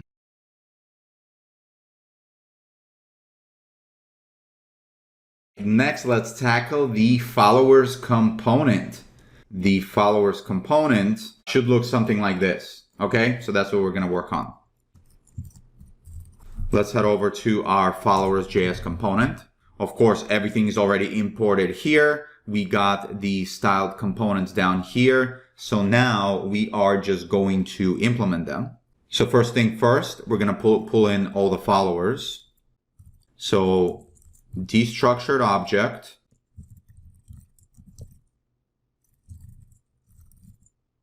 And then here we are going to return, always wrapping everything in our styled component. And then we're going to wrap everything in a div. And it should be followers. Save that. Cool. There's our div and what that looks like. And then let's map over our entire followers object.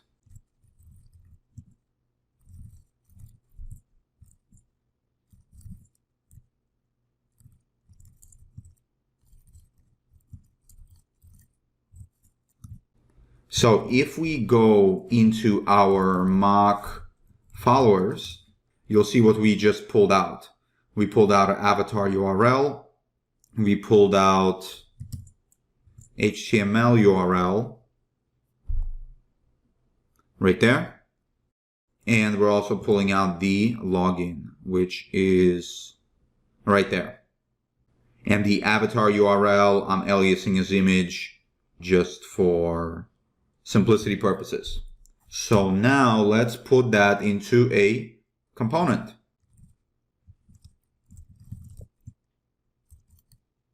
So image needs a source, of course, and the source is going to be the image, right? That avatar URL. The alt can be the login. And then here in the article, we do need a key.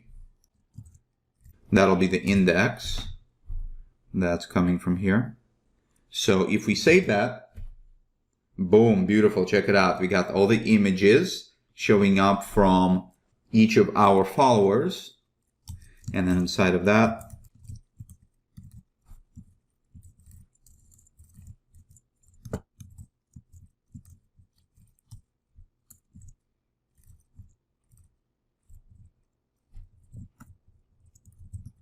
and check it out. And then we have this H4 that's putting the user's login or username, whatever you want to call it. And then we got the HTML URL being displayed there, of course, with the href of the HTML URL. Question to you, of course, if you had to, how would you ensure that this behind this text is the correct URL? I hope now you know that you can use Cypress to just extract the href and then check the value. Beautiful. The followers component is complete. With that said, what can we do? We can, of course, run our visual tests and see the outcome. So let them run. When they're done, I'll show you the dashboard. So before we check the results, my question for you is, do you think the snapshot passed or failed? Let's go take a look. So if you said that it failed, you were correct.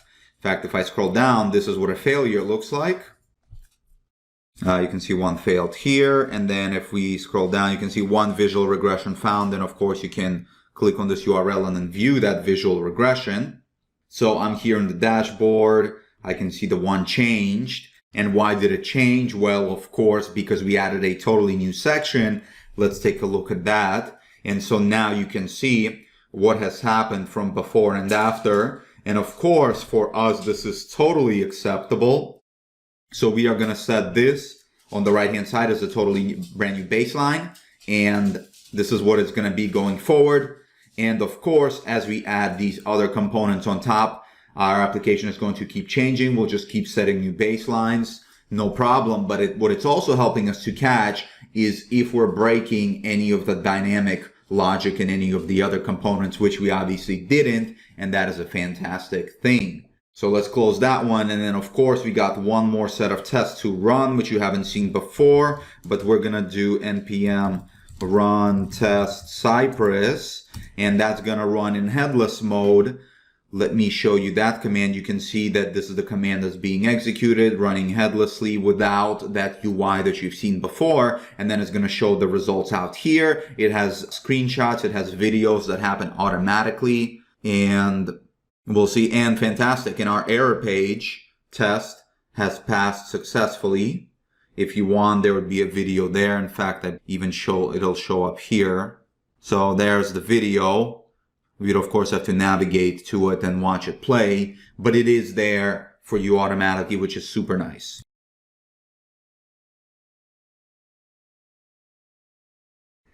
Next, we are going to work on, I would say, potentially the most important functionality of this application, and that is this search bar here. So how is it supposed to work? Well, first, let's take a look at if we enter a username, pay attention to the requests up here as well, and then we click search. What it does is it updates the number of requests that were made and that we have available, right? We only get 60 per hour, I believe. That's the allowed limit by GitHub. And so far we've used 57 of those 60. And then you can see that everything is dynamically pulled in. Now, no more static data. This is dynamic data. Everything updated here dynamically and everything updated down here dynamically. So this is the component that we are going to start working on now. So let's dive right in. Of course, we have our search here and our wrapper already there. First, we need to start with a little bit of state as we normally do. So we're gonna do React useState. Default, there's not gonna be anything. And then we're gonna do user and set user. Now we're gonna do a named function. If you wanna do a named function, you can use the nfn and do it like this. And so we'll call this handle submit. And then here, we'll take in an event. And then we'll do event.prevent default. And then we'll just do a CLG. Frustrating how sometimes the IntelliSense doesn't work well. There it is, user. So next, we want to work on our component. The actual DOM. So of course, it'll be a section. And then inside of this section, we're going to have a wrapper. Let's save it, take a look at what's going on with our UI. Let's save there. And wonderful, nothing there yet because we don't really have anything. Now we're going to start making something. We're going to have a form. On submit, this form is going to do what do you think it's going to do? It's going to handle the submit.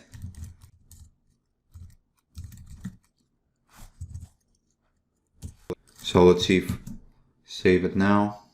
And then inside of the form, you need to add a div. And that's going to be a form control. There we go. Finally got something showing up there. So next, inside of the div, we're going to have a search icon on the left hand inside of it, right? So that's a MD search. So there's going to be the search icon, boom. And then in our input, we need a few elements here. So type as text, placeholder. Let's do enter GitHub username. Let me save so you'll see exactly what's happening. Check it out. There's the placeholder. Cool, right? So that's how you enter, create a placeholder. Next, we got a value. This is what it's going to be taking in. That's going to be the user. And then the last piece should be an onChange event. We'll do an event, and then it'll set the user. And the user will set as event.target.value. And then we'll get rid of that, save that. Looking wonderful. Okay, everything is great. Then next to the input, right, we have our input. Inside of it, we want a search button. And actually, it's not even going to be inside of our input. It's going to be inside of our div. That's better. Let's put in our button. And then it'll have a type of submit. And then here we'll put in the text. It's going to be, let's say, search. Cool. There is our button. And then we are only missing one component outside of our form. And that is an H3. Let's see what it looks like when it comes out. We're going to do requests. 60 out of 60. For now, static data just to start, just to get our application in a good state. That looks right to me. Requests. Let's double check this. H3. Cool. All right, so, well, let's actually try this out, right? We don't have any dynamic functionality yet, but we do have some static information in place. Need to handle that later. Let's enter a GitHub username. Let's try WesBoss. And then we're going to search, and then it gets displayed down here, right? So we're entering it into our input.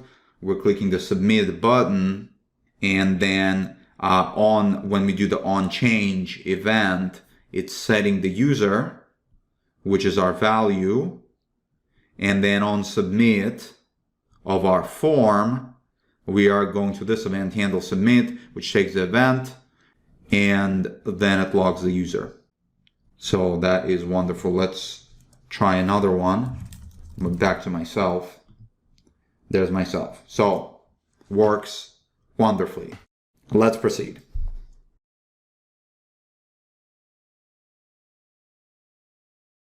How about we actually add some real GitHub web requests to our application now? Let's go to Context.js and we will add some more information here. Let's add a little section we're going to call request loading, and we're going to need some information about requests.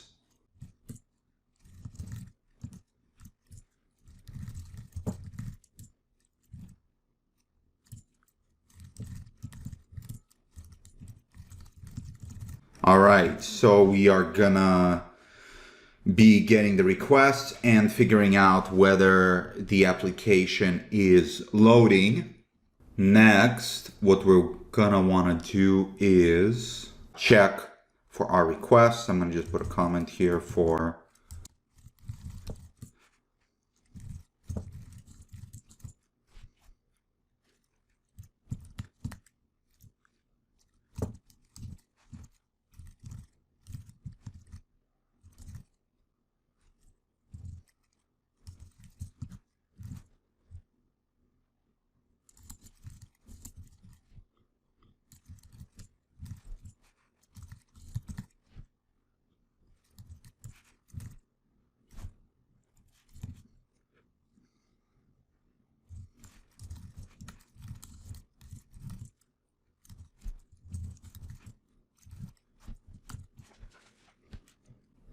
and I totally messed up that spelling. There we go. So what are we doing here? Here we are checking for requests. We're doing a web request with Axios. Axios is another library that helps us to make web requests. You can see we're hitting the root URL, right? Root URL / rate limit, which this is frustrating that it put in a space in here. Let's fix that. Shouldn't have happened.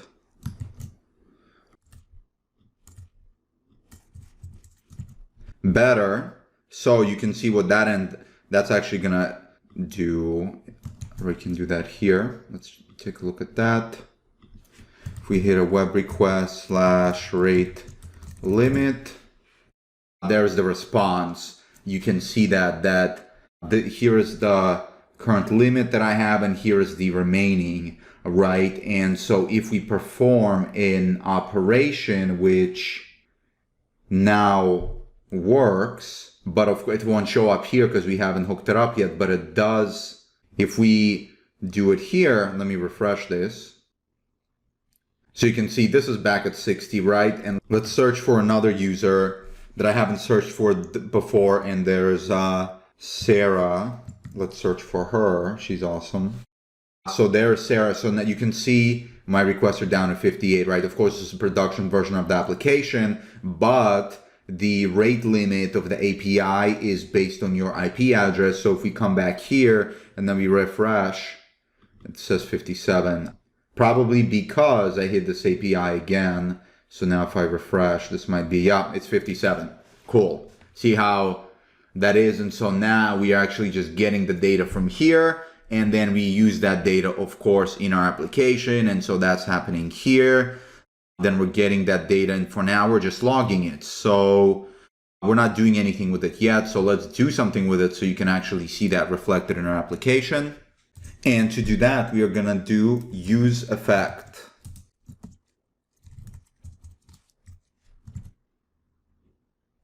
And with that, let's quickly take a moment to talk about the use effect hook, which we haven't talked about before.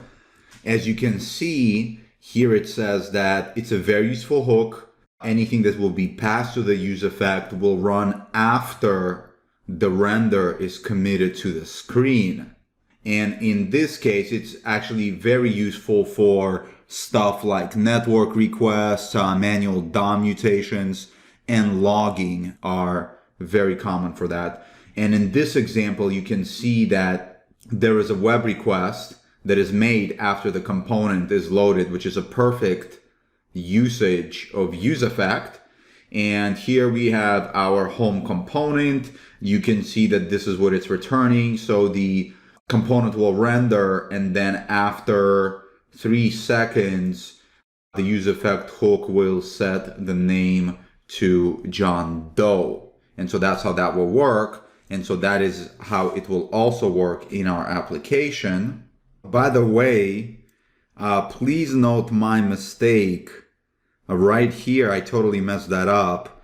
I was looking here and I'm like, why wasn't my constant used? And it's because I meant to put it in here in the variable, but instead I wrapped the whole string inside of the curly braces, and so it made a huge mess. And so now if we refresh our application, you can see that here the data is actually logged, and that's coming from here. We're capturing that data and logging it, and then you can see all of this information. So let's take a look at it.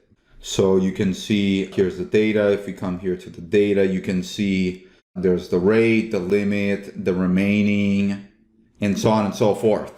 So we are getting that data back. And then if it doesn't work, we'll catch the error. And actually there was an error that was happening here when I had the improper URL, which was something like this. Oh, it won't even let me construct it now here. I think it was like that. See, check it out. So the 404 is also working, at least for logging that.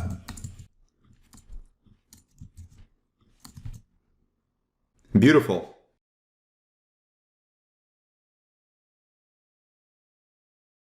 All right, and now instead of just console logging, we do understand the object that's coming back. Let's actually put this object to use. So this function, right, is going to get the rate limit for our search abilities, and that lives in this data rate portion of the response. And so that's what we want to get back. And so then in here, indeed, then we are going to destructure this.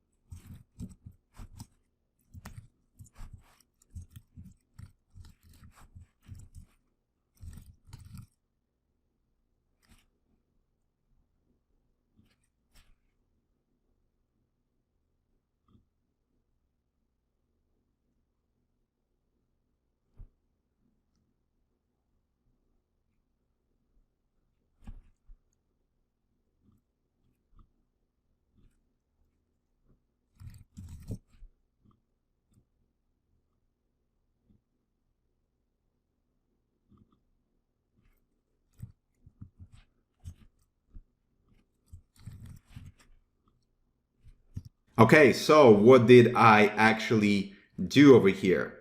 So we are getting back our data object from our API request, which was right here. It was coming back as data object, and then we want to get the rate and then the limits, right? And so we did that, and then using data.rate, we are able to extract the remaining. And so then we are setting the remaining requests, and then I am logging the remaining requests. And then if it does equal 0, we can potentially throw an error. And so what does this final piece is, of course, sending that back in our GitHub provider, which is the requests. So what does that actually look like applied in our application? Well, keep in mind that our local host 3000, although it does perform the correct API operations, it doesn't have the search functionality hooked up yet. So we have to perform a search, let's say here, so we can search again for Sarah Esdras. Oh, there, anyway, that did perform a web request, right? And so now if we even come here, we should see that reflected over here. So there is remaining 48. And so now if we come back here and we refresh this, we should see 48. Boom, there it is. It worked correctly at that point. So now the next logical step would obviously be to actually hook it up to the UI so that on search, this part is actually updated.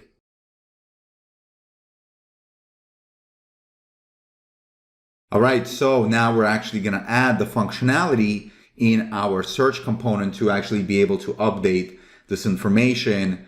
And I actually already did that, and it was super easy. What we can see here is I used the context from Github Context, passed down the requests that we retrieved from our context object. I aliased it as remaining requests. And then down here in the header that displays the values, I simply passed in that variable. And now it is remaining requests. And so, of course, what we can do is come and give this a search. So if we do something, like this, by the way, I did notice I have a bug in my functionality here, so I'll need to take a look at that later in my production application, but hopefully we won't cause the same bug in our coding today. So I did the search. I like to check it here, this is more valid, right? This is third party.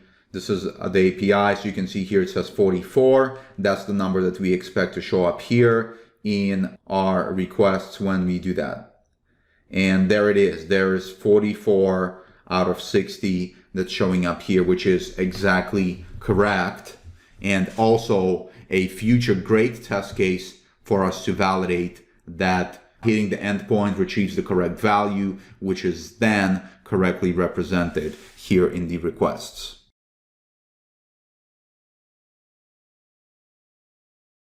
Before we continue, I want to show you really quickly a few updates I made to the Axios API. I was looking over their documentation. I saw that they made a number of changes, and I wanted to show you what I did. So you can see on the left-hand side is the old version. Here's the new version, the updates that I made. So I added this Axios require Axios default, and then that allows IntelliSense for Axios to come in, which is super nice, and I love having IntelliSense help. Then we're actually even able to set a base URL. You can see I'm setting that here, while before we had this root URL here and we were importing. Now we're doing it like this.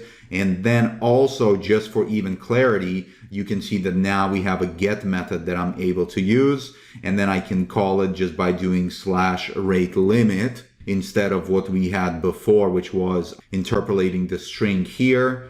And that's pretty much it. It made the API cleaner, and it still works as expected, right? So if we come here and do something random and search, and then come back here, double check that our remaining are 57, come back here and we refresh this, it should be 57. 57 here, 57 in the console. So beautiful. Just a quick little Axios update. Let's proceed.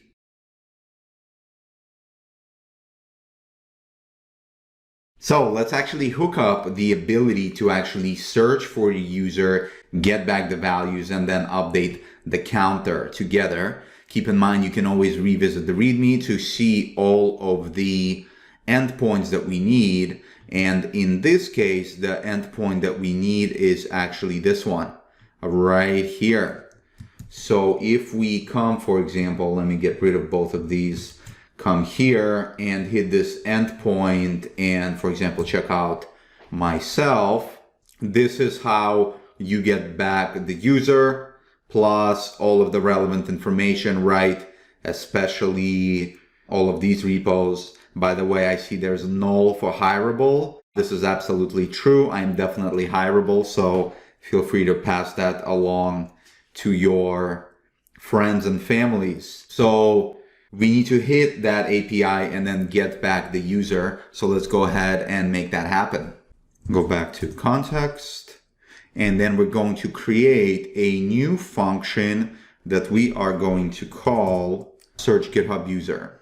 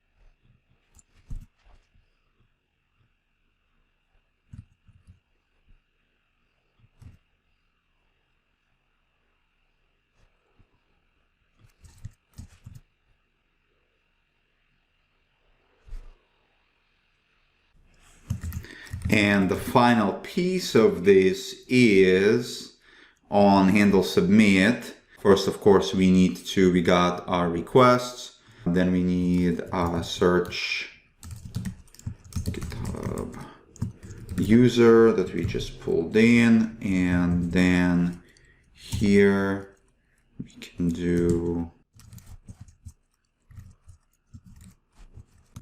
search GitHub user if the user is there. And so now with that, let's take a look at actually what's going on in our application. So we did do some logging. Let's go back to search GitHub user and actually enter a name now, right? Let's search for Sarah. We'll hit search. So there's previous logging from the person that we searched for. Okay, that's wonderful. And then there is also the logging of the response, which is right there. And if we take a look at the response, that's what that looks like. Here is all of the data, right?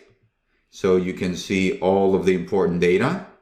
And so then we are setting the GitHub user with the responses data. And so what that means is that on handle submit, that's exactly what's happening here on a search. If you're enjoying this tutorial and want to support this channel, be sure to hit the thumbs up button for the video. And if you want to be notified of every time a new tutorial is released, hit the subscribe button.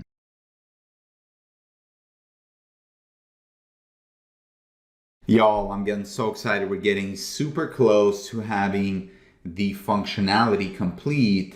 If I'm not mistaken, I believe all that's left is for the followers to update, right? That updates with me. This updates with Sarah. Man, she has so many followers. I wish I had so many followers. Couldn't you all follow me while you're on my repo? Be sure to hit that follow button. I'll be super happy. And then I'll keep making more tutorials. Anyways, enough self-promotion, right? Let's get back to business, Nikolai. We just need to do one thing here, I believe, is in search GitHub user. We are going to get our response. We are setting our GitHub user. And then after we get our GitHub user, we need to destructure an object. So we're getting a followers URL, which we've gotten for that's from here. And then using that, we're going to perform a GET request. There's that IntelliSense coming in.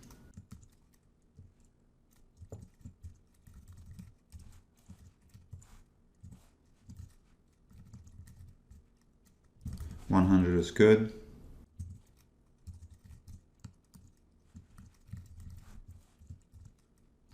And then we're going to set followers. And what are we going to set it with? Data. Beautiful. I saw that refresh. And I think that should work. Let's give it a run. Let's pay attention to the followers. There you go. They're changing up. Oh, and there we go. Image. Interesting. A delay in the image. There you go. Beautiful. We're now setting followers.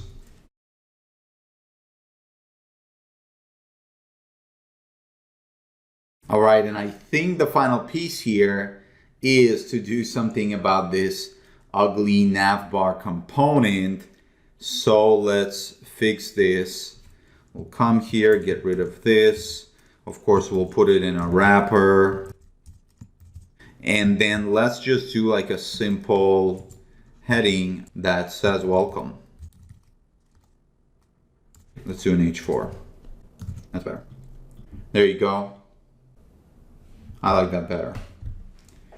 So there is our application. Let's see how it looks. Everything looks great. Let's do a search. Everything worked except the requests did not update. Did you see that? If we come back here, check the requests. Remaining, I should have 46. Here I have 49. That's wrong.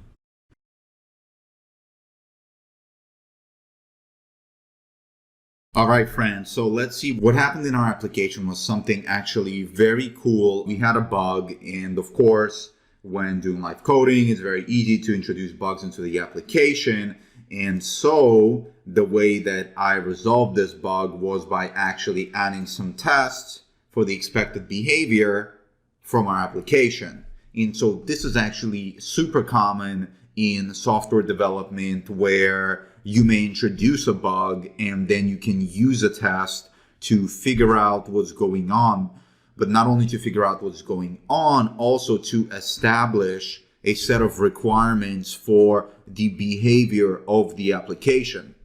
So what was happening was I noticed that whenever we performed a search for an invalid user, I'll show you exactly what was happening with the API here. So here is our API, right, where we're getting the users, and then afterwards you put in the username. So here's the rate limit for my IP address. So pay attention to this value down here, 57.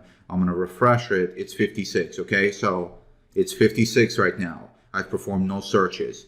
If I perform a search on this invalid user, you can see it returns a not found. I'm going to refresh to perform this web request. We're going to refresh it. So of course, now it was performed, returning a not found. And then of course here, pay attention, this number is going to decrease by 1 to 55. So one web request was used. However, in our application, that was not happening. So bug number one. Bug number two was there was an issue with the web requests having weird behavior, not correctly returning the values at the right time, and I'll show you how I handled that. But first, let's talk about the tests that we used to resolve this problem. So when I saw these tests, I realized there are two tests that need to be done. Number one is, and I wrote up some Cypress tests. Let's actually look at exactly what I did. So I created a search spec.js for our search component. And then I said that our search page performs a search with a valid user. And so what you can see here is I'm introducing a text that needs to be typed, which is me, I'm a valid user, okay? And next we are getting this, our search bar. So you can see I've added a data test ID attribute to our search bar. Very useful for performing automated testing. Let me show you search.js, how I did that. You can see I added it to this input. You can see I added it there. That's how you add a test ID, make your application more testable. And then of course we typed the text, and then I had an assertion here that the typed text should appear in the actual search bar, because there are bugs where you may type the text and then it doesn't actually get typed in, or something goes wrong. So this is like a precondition for our test before continuing. Now that the test exists in the actual application, next we are getting the rate limit test ID, which is in exactly the same place, but you can see I added a data test ID attribute to our header here, which is this part right here, right? This is the H3 that shows the amount of requests that we have. Okay, so once we have it, then we can get the text from that element. So we checked for that element, and then using this count variable, we're able to retrieve the text. and I stored it in a constant called requests limit. Okay, then I got our form and submitted it, which is our search form, right? We already have the text in there. And then finally, I checked on the same exact element, this guy right here, that our, oh, and I shouldn't even call it button, which is that our requests text should not equal our request limit, right? So we have 56 right now. If I refresh, we have 55. If I perform a search, this should decrease in count, right? If it's behaving correctly. And so those should not equal. So that's what I did there. In fact, let me quickly rename this.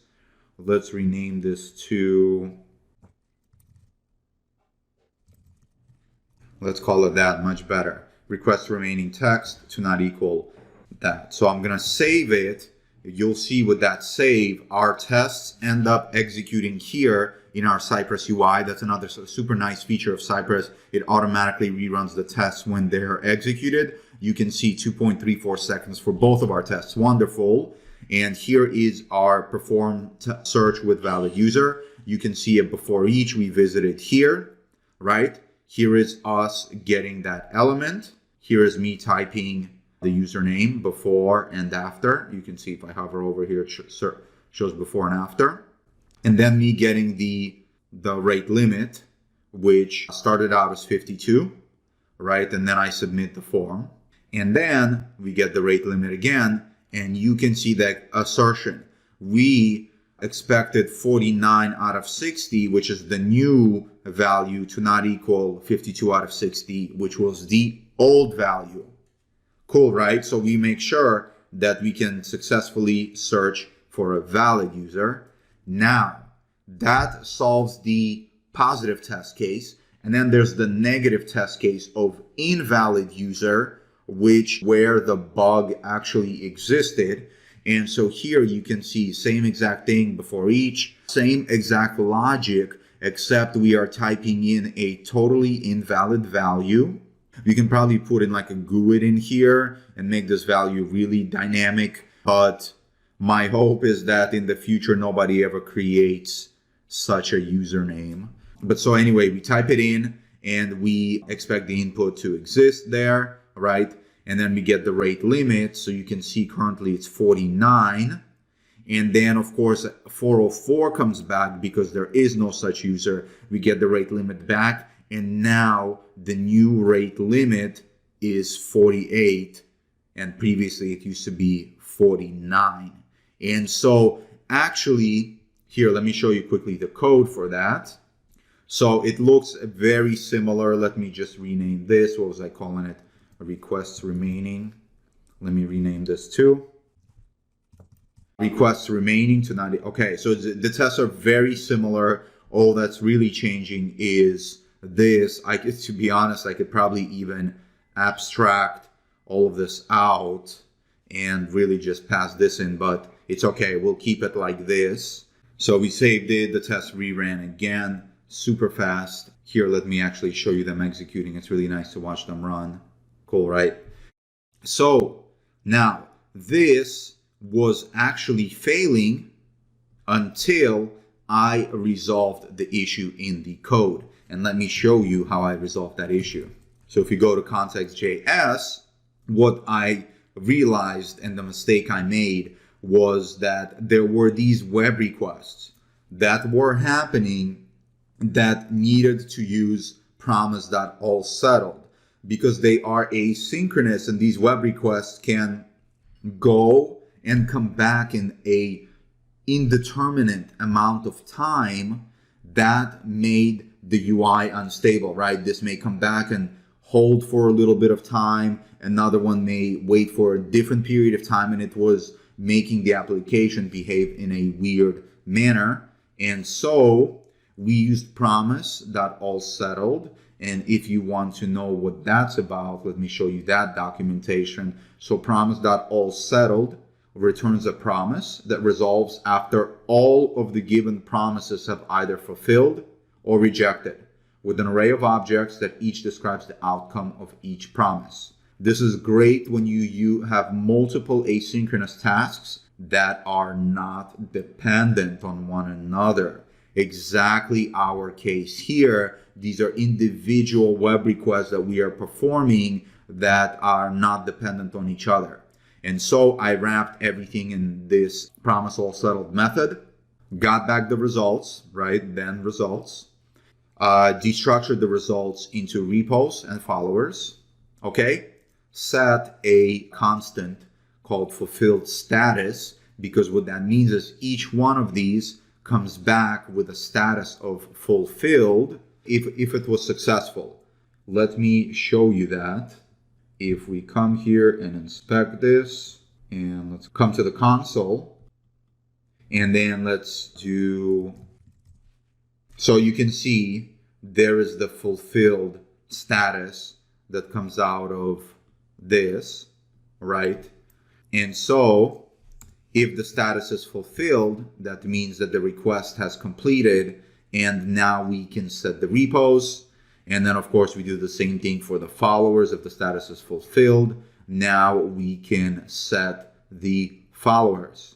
Okay, otherwise we're catching an error and logging that error. And here was one other bug that was related to invalid users. The counter was not updating.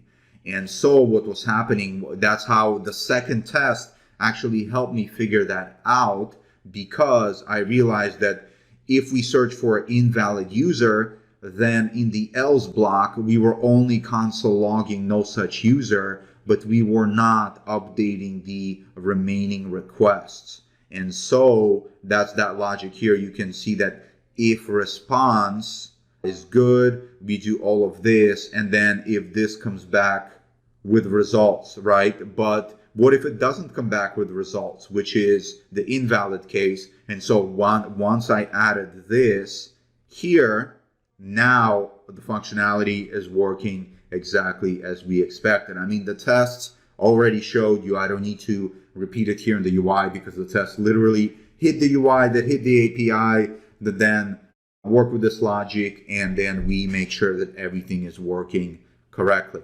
Wonderful. So with all of that said, let's rerun our visual tests. So we'll open a new terminal here, because we got our app running on one, Cypress running in the other, and in here, of course, we'll do. And while that's running, I'll come back when it's done. By the way, it's a fantastic time for you to zoom out of that large screen, smash the thumbs up button, smash the subscribe button, and hit the notification bell. It really means so much to me when you show support for the channel. It shows me that everything that I'm doing is valuable, and in return, I keep making tutorials. And as always, please let me know in the comments if you want to see tutorials about anything. I will gather a list of topics and I will create videos around those topics. Thanks, and let's get back to creating our web application.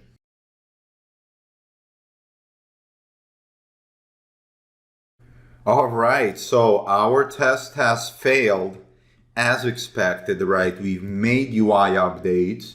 If our visual snapshot didn't fail, I would be a little scared. And let's pull it up, see what's going on in here. All right, so 2 accepted, 1 changed. Obviously, it should be the dashboard page, right? Let's review the change. Let's open it up, and wonderful. Check out what Screener is telling us. This green means this was added, right? We have 2 new components that were added. You can even open it up in here, and you can see that, yup, inserted and inserted, 2 structural changes that are here. There's, you can see an overlay too. It's kind of cool to see. Here's before and after. Yep. And of course, this is totally acceptable, right? This is the exact UI that we want. And so we're going to accept it. And so now this will be the brand new baseline going forward. And if something changes, we will get failures here, and then those will be actual bugs. And one other thing that I should definitely mention is that these requests, check out the value that they were captured in, 40, right? It's very possible that in the future, this will not be 40. It will be, let's say, 60, because every hour this rate limit resets. And so how do we actually handle that? Well, there are two ways. Number one is next time you run the test, Screener is gonna fail the test and say, hey, this value in here changed. You can easily come in here when you have the change and say ignore. And from that point forward, it's gonna ignore the change here and not worry about it. But you might be saying, whoa, but do I wanna ignore? What if it breaks and it doesn't look how I want it to look? But don't forget, we have a functional end-to-end test with Cypress that validates that this functionality is working. So we don't need to worry about whether this component is working as expected. So we don't need a visual check on it. So we can ignore it for stability reasons, and we have a functional end-to-end test to back up that working functionality. So that you can do that through the UI. And then the other way to do that is through actually the code. And let me show you how you do that in the documentation. You can go docs, we can go to visual end-to-end docs. And then if we come here to commands and options, we can actually, on our visual init in WebdriverIO, we can ignore the selector for all of the snapshots. Just like that, you can see an example right there. Or we can even ignore it when we just take a snapshot like this. So in this case, I would actually ignore it on the snapshot because our test is doing more than a single page, right? If we go to Visual Spec.js and we check here, we are taking snapshots of multiple pages, right? So we don't want to ignore that selector on every single snapshot because maybe for whatever reason, that one is important. But actually, I don't think it matters because that selector is unique, right? Remember, we added a data test ID attribute. So even if we add it to up here and start ignoring it in every snapshot, it's not going to show up on the login page and the error page unless for whatever reason we give it the same data-test ID, which we shouldn't. So you can either do it here or you can do it here, either of the snapshots, and that would solve that problem. And in fact, let's do that together. So we'll come here, let's ignore selector, come here, of the dashboard page, we'll come here, add that, ignore, and then our selector was, let's inspect this. Oh, I never showed you this part. So selector playground, check it out. You can do inspect elements from Cypress as well, and we'll drop it in here. Beautiful. So let's rerun this again. And then we should be all finished up with our application. So open up the terminal, rerun the tests. See you back here in a bit, friends. All right, beautiful. One test passed, and that's exactly what we expected. And of course, although we already seen it, we can also rerun Cypress, which will be way faster. That's one of the things I really like about Cypress is it's just super fast. You can see the difference between, say, WebdriverIO communicating with the cloud versus Cypress. There you go, all of the tests. You can see took 5 seconds. It felt longer though. I think the whole startup process takes a bit longer, but still 5 seconds versus, you know, it was like a minute plus for the visual test. But anyway, fast enough, right? I like my builds under 10 minutes. So that's it. Here we are with our wonderful GitHub user application. I'm going to push up the last commit. For that, don't forget, this is the branch where you will find the code. If you want to follow along, don't lose it. And then actually I'm going to merge the code in to the main repository, and then we're going to deploy it to production so that you can display it in your personal projects repository.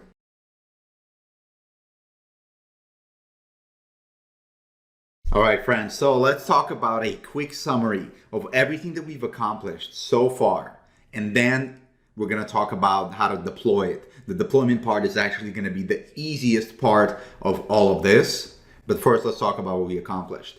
So we created a wonderful React web application that allows us to search for GitHub users.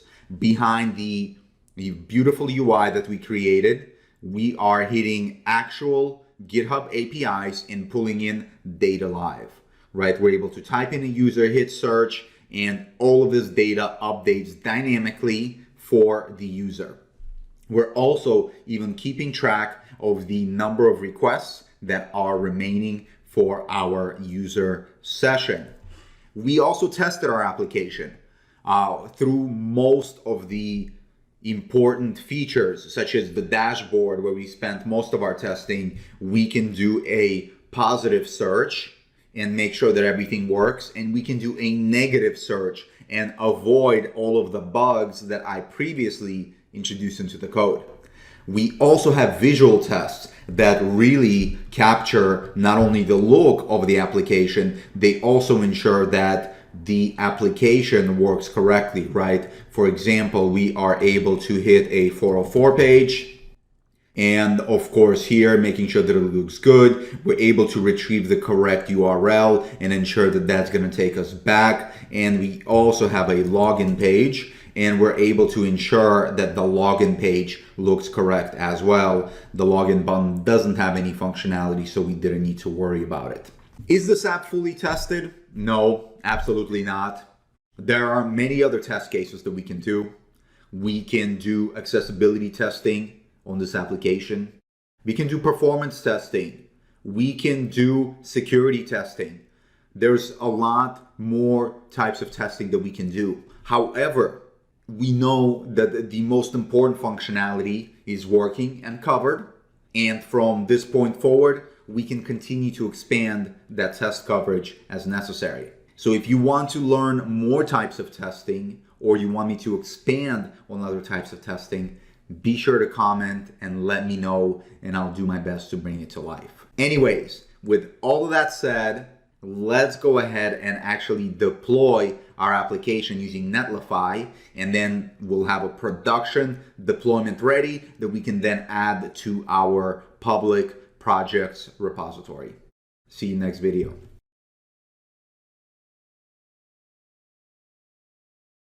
All right, friends, so here is what I did in order to deploy our application.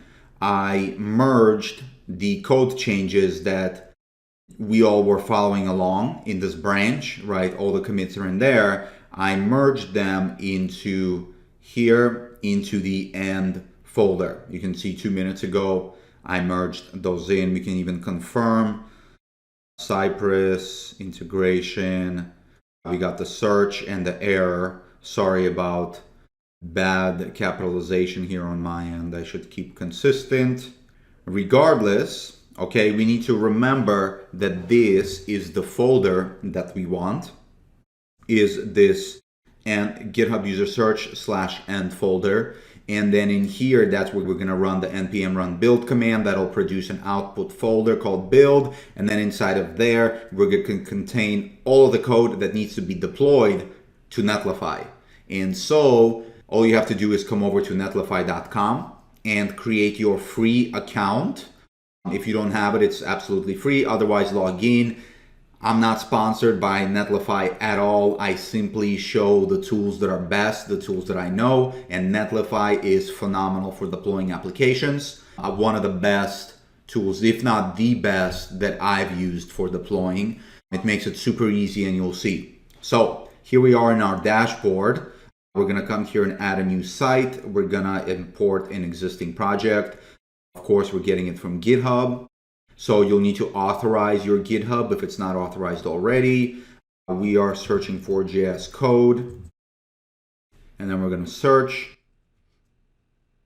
Here is our code. And so, of course, well, you know what we could have done is actually deployed the appropriate branch I could have shown you all the work I did, but it doesn't matter. I actually want this to remain in my main repository so that if I have to make changes, I can. So here it says the base directory, right? The directory where Netlify installs dependencies and runs your build command. And so that is going to be here, right? It's going to be GitHub user search /end. So we're going to do that. You can even put the build command npm run build. And then the publish directory is going to be the same, but there's going to be a build at the end, right? Let me show you that with VS Code just so you know exactly what I'm talking about. So if we run, we're currently in the end folder. If we run npm run build, it outputs everything into a production build of CI. You can see there it is. It's already starting. This is what you deploy. So that's exactly what we're going to deploy. And now we just say deploy site. Go grab a coffee or a tea or whatever. I recently just got a CBD soda, so I might go just enjoy some CBD soda, sparkling water. I'm sorry, no soda. I don't drink soda. I haven't in like 20 years. But I'm gonna go grab my CBD sparkling water, and then when I come back, hopefully this is deployed. I'll see you in a bit. All right, so check out the logs. Build script success, site is live. Let's go ahead and preview it. And by the way, I was thinking about this while it was loading. Actually, last time that I think I drank soda was around my college days. You know, when you had those rum and cokes and the Sprites with the vodkas. So that was like around 2009 at the latest, I would say. So yeah, I graduated college 2009. Definitely pretty old. So here is our application. Congratulations, it is now live in production. You can add it to your portfolio. So here is my portfolio. And this is a version 1 of my portfolio website. I can teach you how to make it. Just let me know in the comments if you want to learn how to make it. So you can see, obviously, I've previously made it here before. So you can now add it to your portfolio website and show it off in your personal website. All right. Thanks so much. I hope you enjoyed this process. I really enjoyed it, and see you in the next tutorial. All right. So thank you so much for tuning into this tutorial on creating a GitHub users dashboard and testing it along the way. Now, I have a question for you. What did you think about visual testing? Comment down below and let me know how you liked it, what you thought about it, as a testing strategy. Also, if you really enjoyed the content, I ask you to please give a thumbs up and subscribe to this channel. You would be surprised, but it actually takes a lot of time, money, and effort to create these videos, and so supporting this content is a wonderful way to encourage me and YouTube to show more of these videos to you. Also, if you want to keep learning on a more regular basis through text content, I have a JavaScript testing newsletter. You can check out the link to that in the description. And if you just can't get enough of my content, you can follow me on Twitter, where I post awesome quotes from amazing books. You can follow me on LinkedIn, where we can stay connected and maybe potentially work together. And finally, as always, if you want to learn anything else, comment below. I would love to learn about it. All right, thank you so much, and see you next time. I am out.